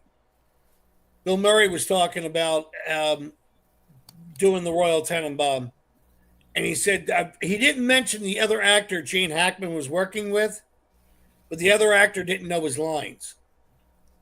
And they had to keep reshooting, and Hackman started getting upset. Not mad, wasn't having a temper tantrum, but he started getting a bit upset. And I walked over to the other actor and said, "Look, back to your trailer and know the script. You don't know it." And as he went walking away, he goes, Gene Hackman put his arm around me and he said, "You know what? It should have been just the two of us. The two of us could do this movie." And he started. Bill Murray's going, "I'll take that. I'd do a movie with Gene Hackman in a minute." And I'm like, "Oh, that would have actually been a very good comedy." Bill Murray was just on Rogan's podcast. That was an amazing podcast. Just to I saw that. filmmaking. I got about halfway through it. I haven't been able to finish the rest of it. It's been great so far. It's been great so far. I love how he doesn't know anything modern. Like, he barely knew who Rogan was. He goes, I know that you do this, and, can I just keep on talking? Rogan's like, yeah, just, okay, all right, fine, Like, he wasn't, like, pretending to, like, not know who he was. He legitimately had no idea who Joe Rogan was. Speaking of Bill Murray, I thought he did dramatic stuff later in life. Yeah. But then I just saw this movie called Razor's Edge from the 80s. That was his first drama. Yeah. And I'm not sure if it did well or not, but I really enjoyed the movie. I'm not sure if it flopped or what have you, but I thought it was really good. It did, actually, Mike. When he actually shot it before Ghostbusters, and they were shelving it, and when Ghostbusters became a blockbuster, here's another movie that Bill Murray did, and that's how they released it. But I saw it when it came on HBO, and I thought it was great. Yeah, everybody kind of went to go see it to see Bill Murray be funny, and obviously it wasn't his comedy. It wasn't a comedy. Not at all. That's why it didn't do well. It was. But they released it too soon. They should have sat on it another 5 years or whatever. Mm-hmm. Yeah, but that same character, that Bill Murray dramatic offbeat style, that wound up being really loved later in life with all of his. With a lot he reinvented himself to become the independent actor. Mm-hmm. He really did, and he has the money to do that too. No joke intended. Yeah, he just wanders the earth, Bill Murray, and just shows up at different places. It's true. He's still 100% hippie. That guy. He has his own phone line that people call if he wants to be in a movie. Like, that's how you contact him. If you get Bill Murray's number, you could leave him a message, and then he might call you back, I guess. What was want to get Bill Murray for your movie, get the number. He did that George Clooney movie with Matt Damon about the art people in World War II. Yeah, the Monuments Man. Oh, Monument Man. Oh, yeah. Yeah. And Bill Murray turned around and said, because of all the people that were on the set, he said, I had to bring my A game every day. And they said, what, acting? He said, no, storytelling. We sat around that set and bullshitted a lot about different stories. I brought out stories I hadn't told in years. Dude, somehow he pulled off a movie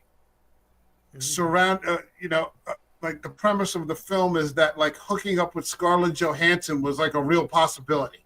Right. Like, you're like, how the fuck is this happening? But it's believable. It's believable. You're like, what the fuck am I watching? Like, this is the greatest thing ever.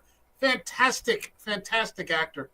And then he got shot by Jesse Eisenberg in a zombie apocalypse, which really sucks. Yeah. What do you got? Yeah. That's a hell of a way to go out. That's one of the funniest bits of that movie, too. You know what other movie we didn't bring up today? What? Anybody here see Hoosiers? Oh, yeah, baby. Sure. Oh, baby. Yeah. Hold on. We had somebody mentioned that in the chat earlier, and I brought it up. Hold on. There was a guy who said he had a small part in it. Yeah, somebody was in here said he has a small part. Part in Hoosiers. I saw it pop up. Larry Tate. Tate stopped in. Thanks for stopping in, Larry. I'm sorry if we didn't get to this until now. Thank you for honoring Mr. Hackman. I had a small part in the movie Hoosiers. It was a great movie.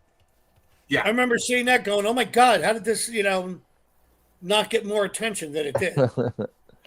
It was a really good film. That's another thing about Hackman, though. He didn't do that many blockbusters.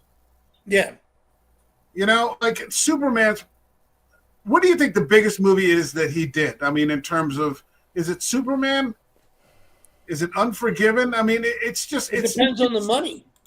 I think Well, it depends on how you're going to rate it. You're going to rate it on awards that it received, or money that was made, or No, I just reviews. mean or just big pure recognition. Like blockbuster.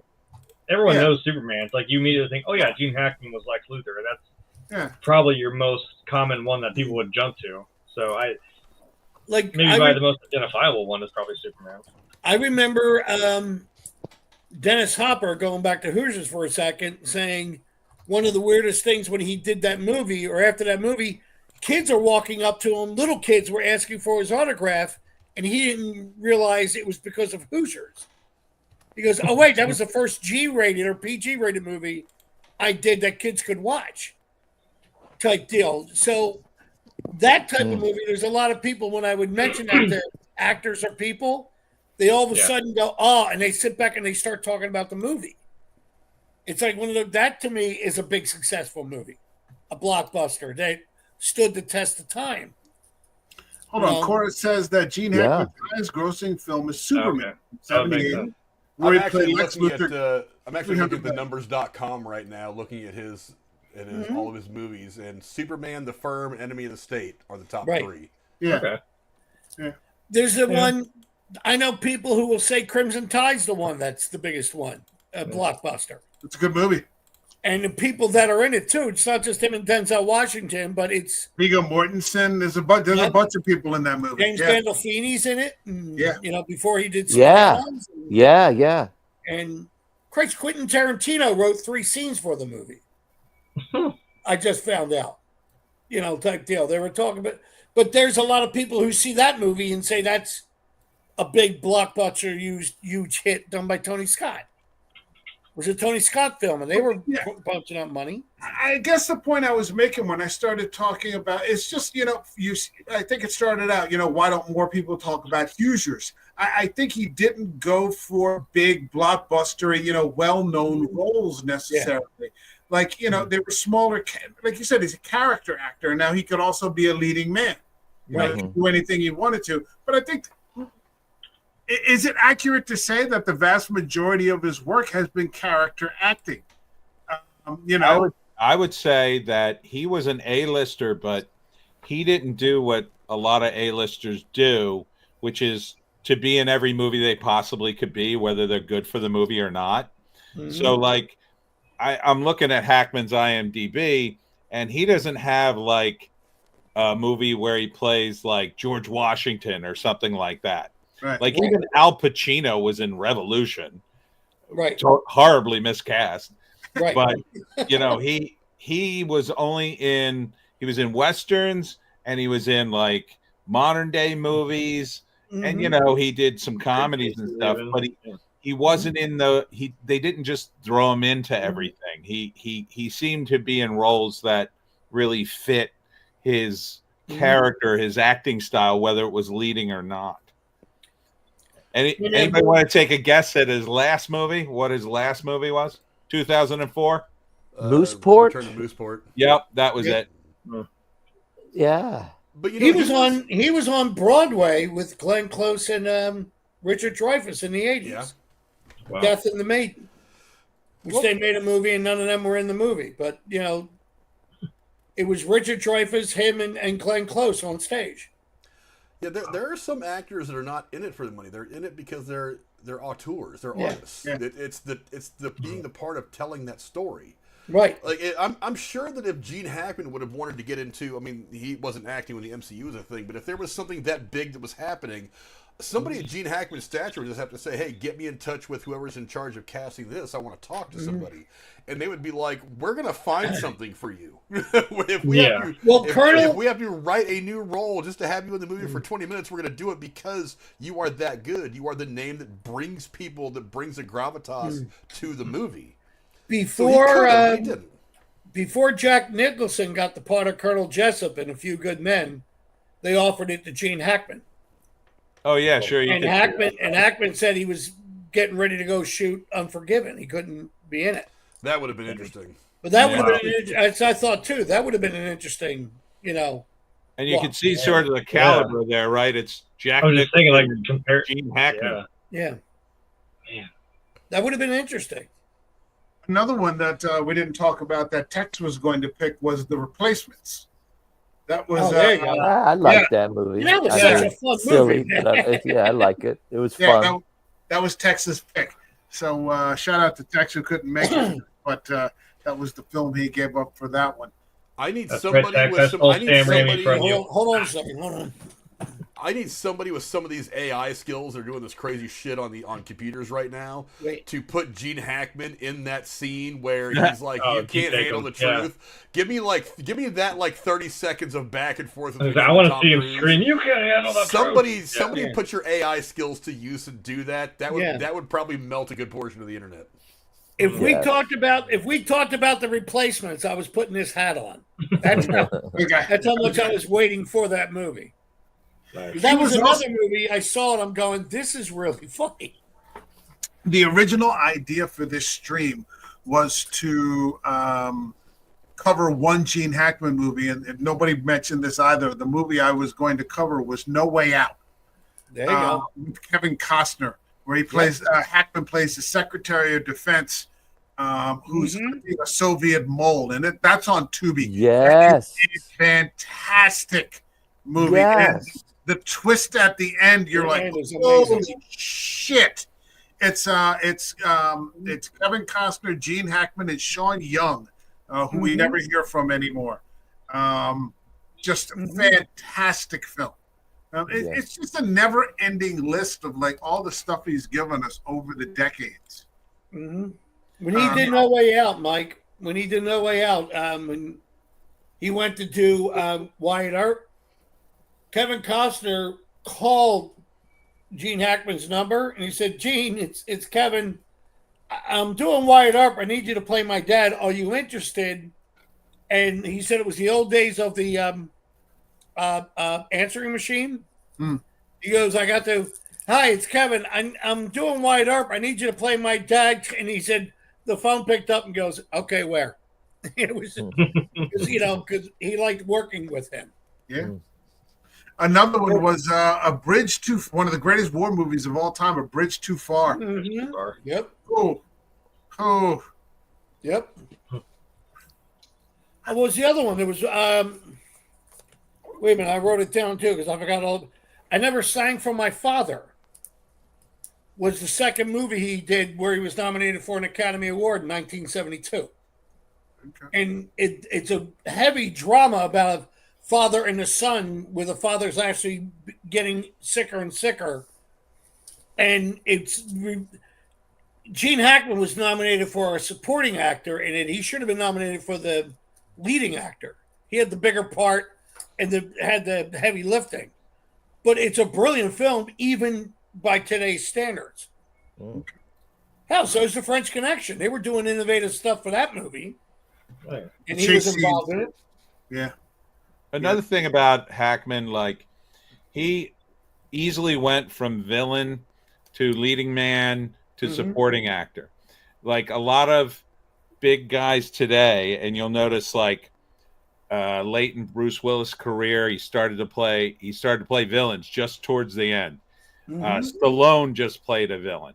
Like all these older actors, they're leading guys for most of their careers, and then Hollywood has no use for him anymore other than, okay, we need somebody with gravitas to play a villain in something. Whereas Hackman, all the way up until the end, was going back and forth. He could do it all. Right. Exactly.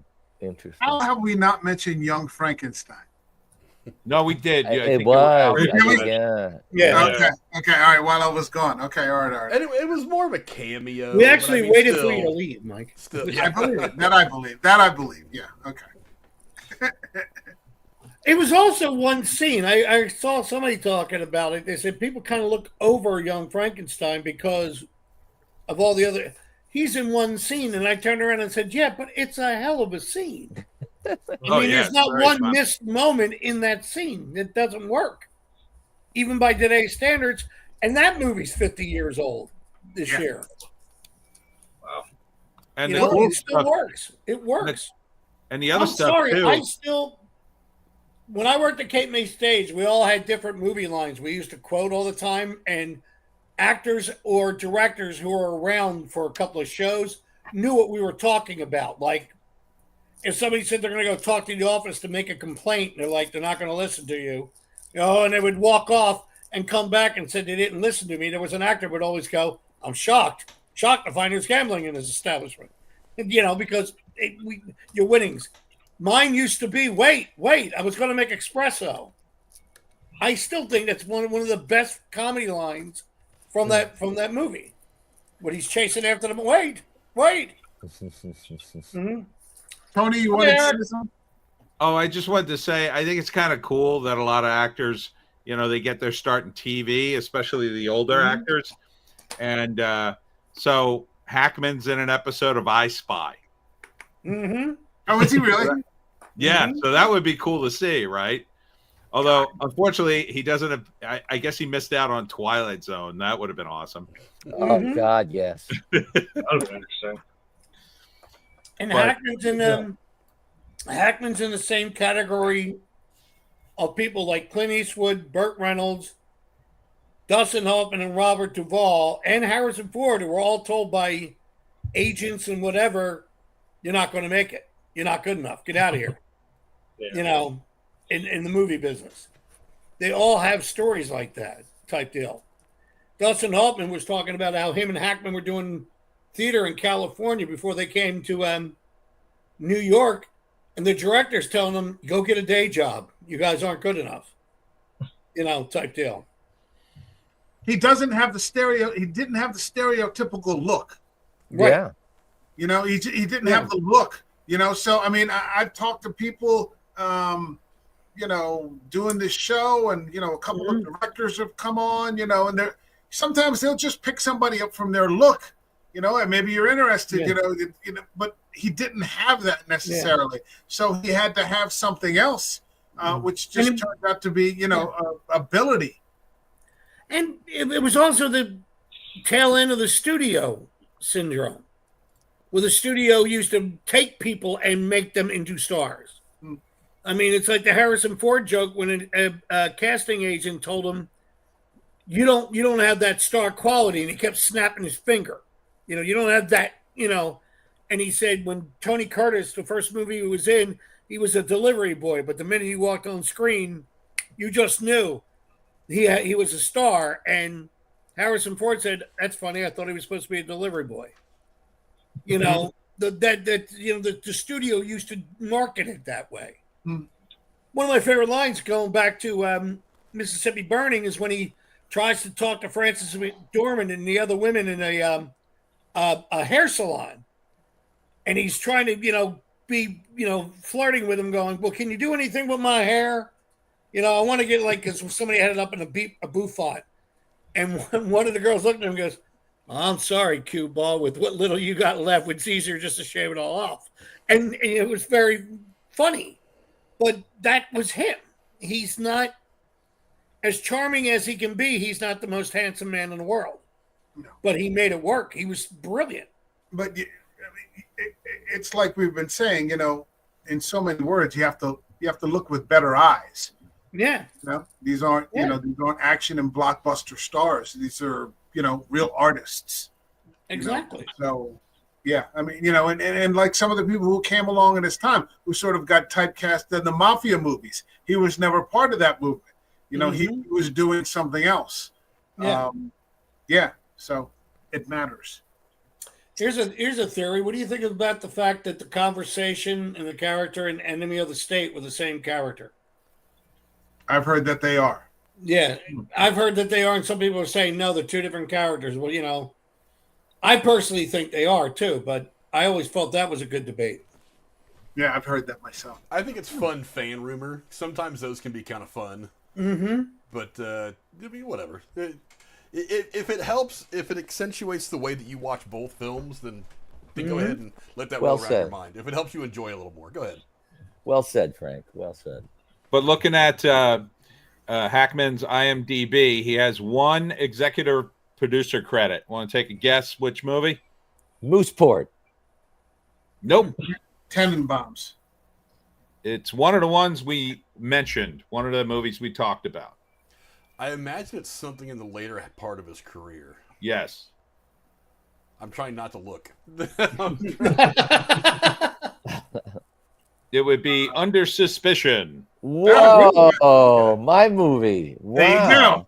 There you go. Well, he There's was only- he was pushing 70 at the time. Well, he was 70, I think, in 2000. Yeah. His only EP credit, and he gets an uncredited for stunts in a movie.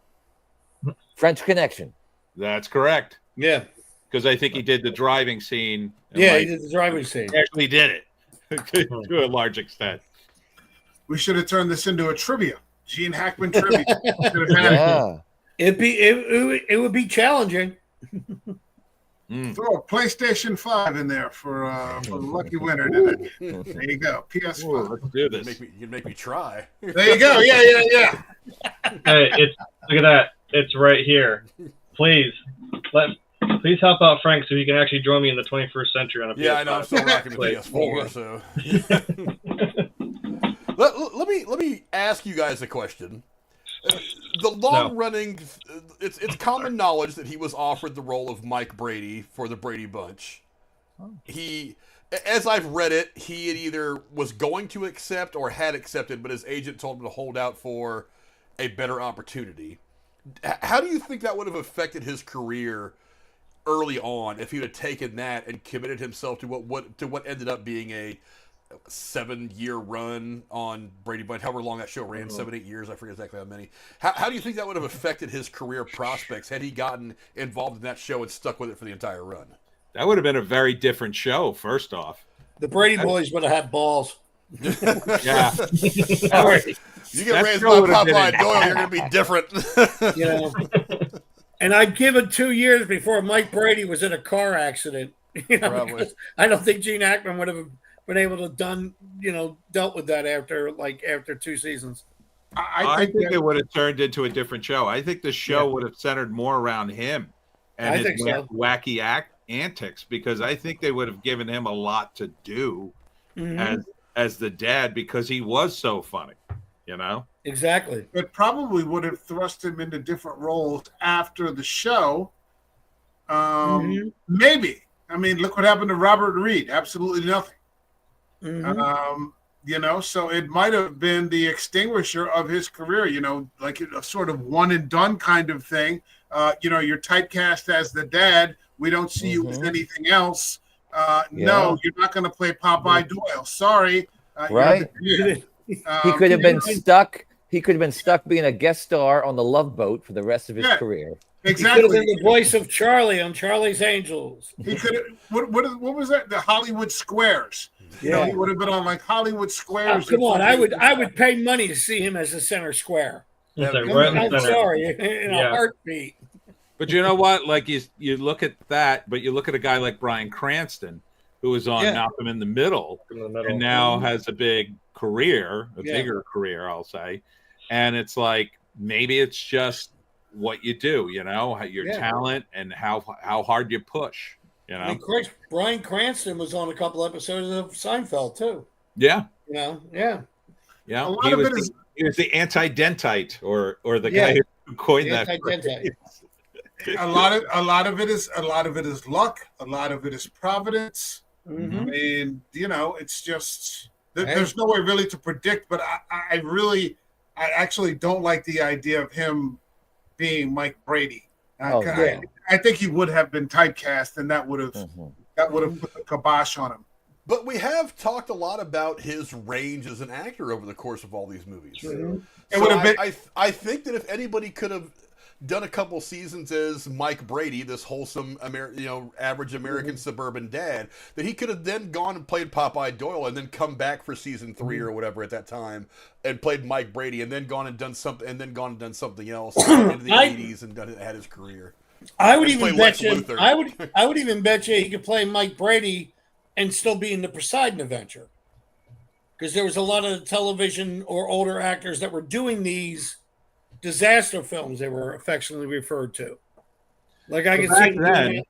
But back then, television was considered kind of lowbrow. Yeah. And if you were on TV, it meant you weren't on movies. Right. And once you made the jump to movies, you didn't want to go back to TV. Yeah. Right. And that was the problem with, say, like William Shatner. William Shatner for a long time got typecast as Captain Kirk and kind of couldn't get work. He really couldn't get too much work after that until, years later when he was doing like TJ Hooker. And TJ Hooker is a wildly underrated television show that people should watch. There's an episode with Leonard Nimoy. Damn right. Right. It's amazing. Hey, one of my favorite movies is with Eddie Murphy and Robert De Niro. Yep. Showtime. Oh, yeah. Showtime. And they actually hire William Shatner to teach Robert De Niro how to act in the movie. It's like one of the funniest fucking things I've ever seen. And De Niro fucking hates him. It's like one of the funniest things you've ever seen because he's just trying to be nice and congenial, and De Niro's just like, get away from me. It's hysterical. Yeah. There's a story about that movie that William Shatner says about Robert De Niro. God, this guy's horrible. Yeah. Something like that.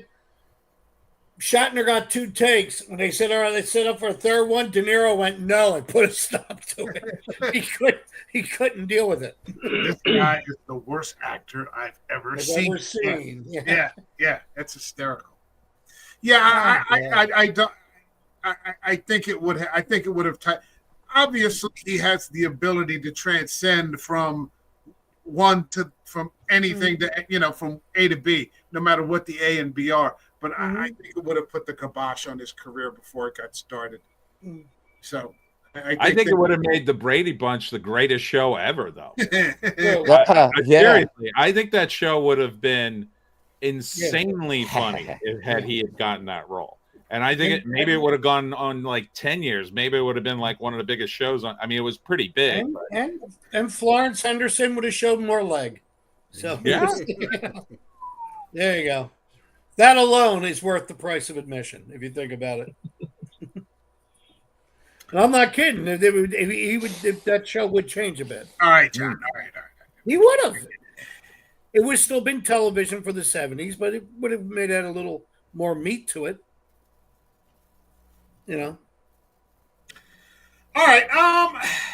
Is there any aspect of Mr. Hackman's career that we have not discussed that someone would like to get into? I'm looking over the IMDb. Is there a project? Is there a something, an anecdote, anything? Frank? I do want to mention real quick that there's some actors that you don't have to see their face. You hear their voice and you know. He did have one of those voices. And we talk about like Morgan Freeman's got that kind of voice. Right. But I do really like the fact that his voice was, I want to say, experienced. A little bit gravelly, a little bit raspy. It is a voice that has said some things. It's gotten its work in. So his entire career, all the movies that I've seen anyway, I haven't seen his entire catalog, of course, but I mean, of all the movies I've seen, going back to like French Connection, he's always had this tone of voice that is textured. You know what I mean? It says experience, so it's not just the dialogue. The tone of his voice tells you that this is a guy that has been around a minute. Yeah. That he's got a certain wisdom and experience that other people probably don't have. And I think that's one of the things that made the roles that he played that much better, is that he sounded so much more experienced. He had been around the block. He was the elder statesman even early in his career. Yeah, that was the impression that his tone of voice gave you. And that's something that's always kind of stood out to me, is that his voice is unmistakable. If him and 9 other people were talking, you would hear his voice over the other 9 people. You would know it's him. His would stand out. Sure. He's also a United States Marine for 5 years. So yes. True. He lied about his age and joined at 16. Yep. Wow. Yeah. Ballsy. Well, that doesn't happen these days anymore. Well, did he do voiceover for commercials? He did do a little bit. I remember. I thought he did that. Like I keep thinking like Chevy trucks or something like that was. Yeah, it was some kind of car thing. He did. After he had finished acting, he had done some voiceovers for documentaries. Yeah. I think he did a voiceover for a documentary for the Marine Corps. and for one or two other things, I forget what they were. Maybe some like Nature Channel kind of stuff. He had done a few voice like narration work for a few things after he had finished acting in Return to Mooseport. He was also in Pixar's Ants. Yeah. So He's also a writer. He wrote a few books. And I hate to admit this because it would admit the fact I actually saw the movie. But in the movie Twist of Fate with John Travolta and Olivia Newton-John, they're re-teaming up after Grease. Gene Hackman was the voice of God. Ah, wow. He played the voice of God throughout the movie. And Good. it was funny because the angel was Charles Dutton and the devil was Oliver Reed. And all of a sudden you would hear Gene Hackman's voice come in, boys, knock it off. And it was very funny because he played it like a father. But you never saw him, you just heard the voice. All right, one more trivia question. All right, last one. According to the IMDb, what's the worst rated Gene Hackman movie? Mooseport. Rated. Yeah, Mooseport's down there. It's pretty low, but it's not the Behind low. Enemy Lines. Nope. There was a movie he did with Barbara Streisand in the late 70s, early 80s, I think. Let's see. Mike, you're the trivia guy. Come on. Pick something. No, I know what it is, I think. I think know you're got looking it. you're looking at the screen. I'm looking at the list. I'm willing to bet it's going to be a movie that would kind of surprise You us. kind of should know it. It's Superman 4. Oh, that's right, he that's was a in good that. guess. That's Well, a good he was guess. in That's good. Yeah, we kind I of. think we all forgot about the Quest for Peace. To be That fair, movie was terrible all And he was around. the voice of the villain. there's a reason why. Yeah, no. No, and the actor was so bad playing the villain, they dubbed in Gene Hackman's voice. Yeah, Because he couldn't do the talk. He couldn't real. speak. All right. Well, if there's any film to end a stream on, that would be fucking it. Superman 4. We got the That Superman film 4. ended a franchise. All right. Yeah. Exactly. Yeah. All right. Frank, plug something. We are going to be next week. I forget what we're doing next Tuesday. It's something I don't know, but I know we're also Get next on you for Thursday. that. Come on. I don't have it in front of me. I mean, I could look real quick while I'm vamping on something else. But we will also be breaking down Daredevil season 1 or 4, depending on how you want to look at it. I watched the first couple episodes last night. I watched the first couple episodes last night. Boy, Marvel went hard. They went hard fast in the first 15 minutes of that first episode. It is something. We did just do Hatchet, which is kind of a B-rate horror movie the other day. We talked about that. I think the next movie we're doing is going to be Civil War, the 2024 film that came out. Didn't quite achieve what I wanted to be, but it's one of the ones I've wanted to talk about. So yeah, we're doing that. Also, another movie I went back and forth on this one as to one I wanted to mention is Uncommon Valor from 1983. A stacked cast of late 70s and early 80s icons, a young Patrick Swayze, Robert Stack. It's just a fantastic movie. There was a lot of like Vietnam-centered movies coming out in the early 80s because it was still relatively fresh in history at that point.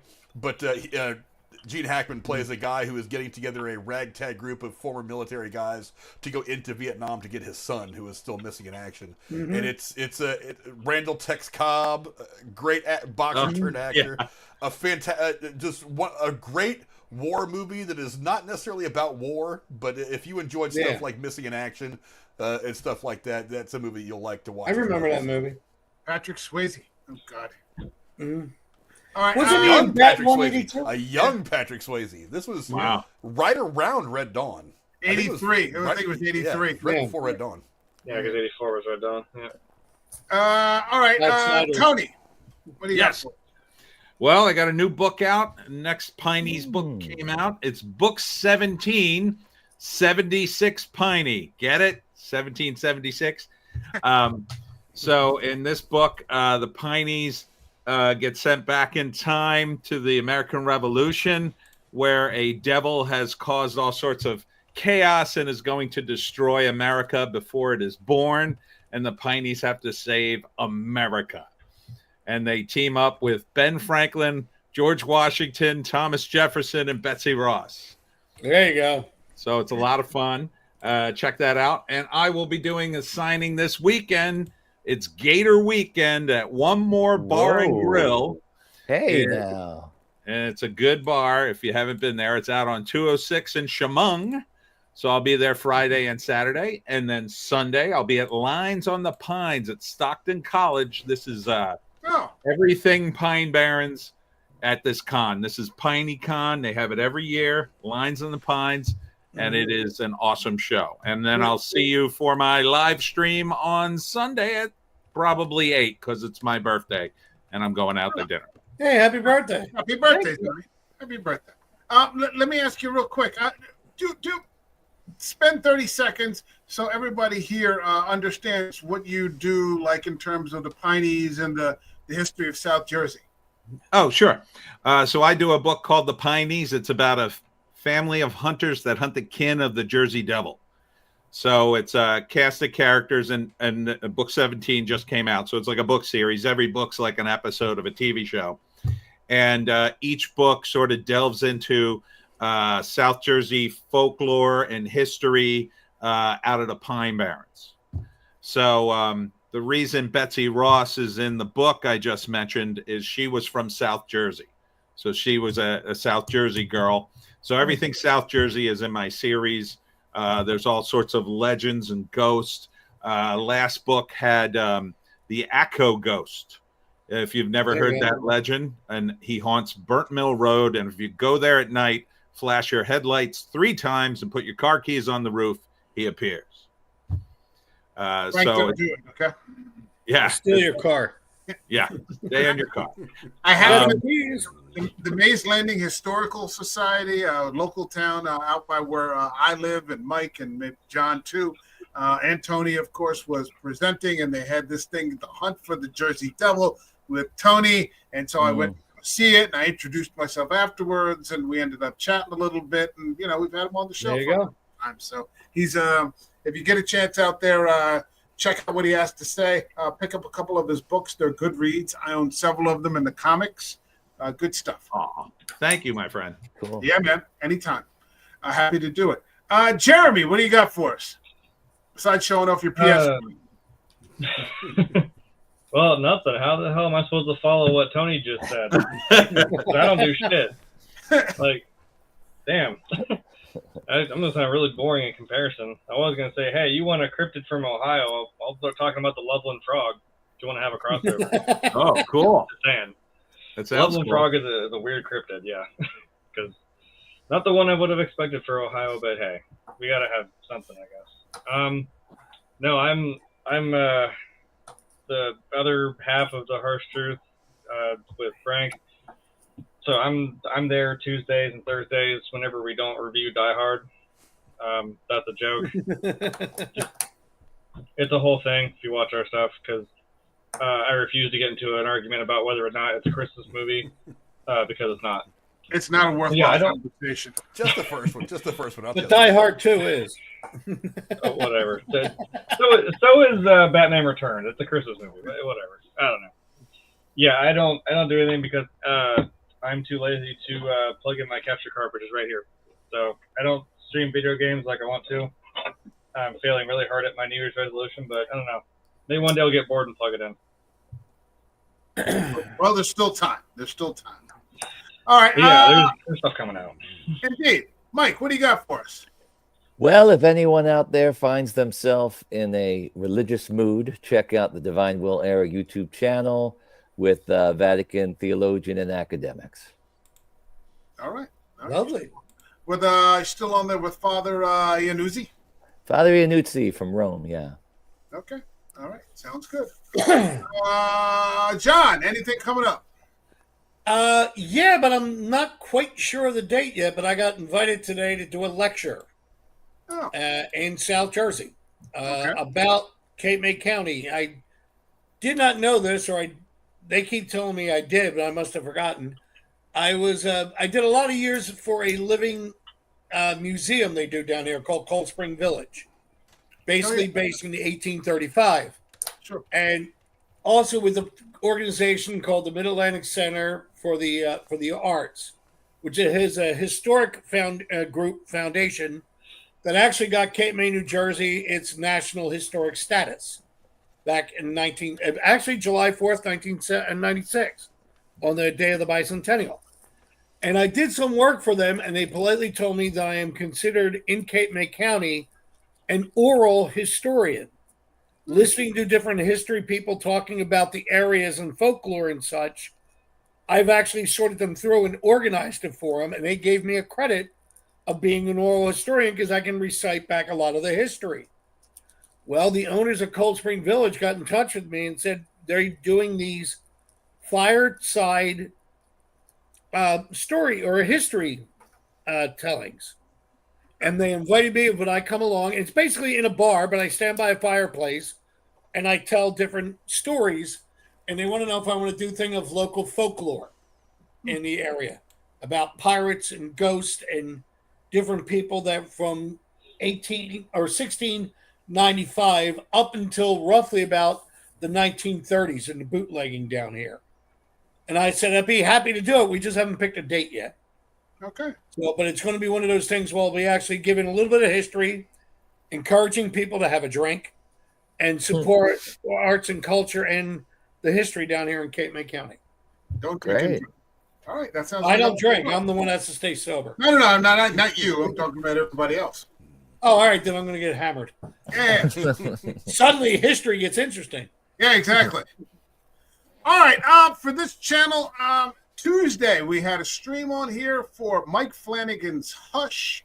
As I said in the start of that particular stream, I hate slasher films, mostly because they're stupid, or they continue to make sequels until they become stupid.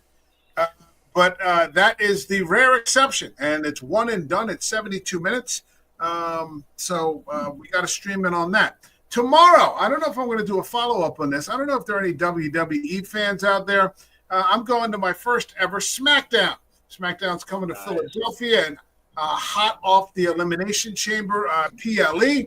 That's going to be interesting. We don't know who's going to be there. They haven't announced yet. Could be The Rock, could be John Cena, could be Cody Rhodes with the heel turn. So I'll probably do a stream about that.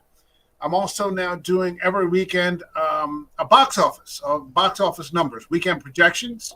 So we'll see what's going on with that. And I'll probably try to catch at least one movie in the cinema houses. I'm thinking either Queen of the Ring, which is about the first female wrestler, I think, to break over $1 million, and sort of paved the way for a lot of the other women that came after her.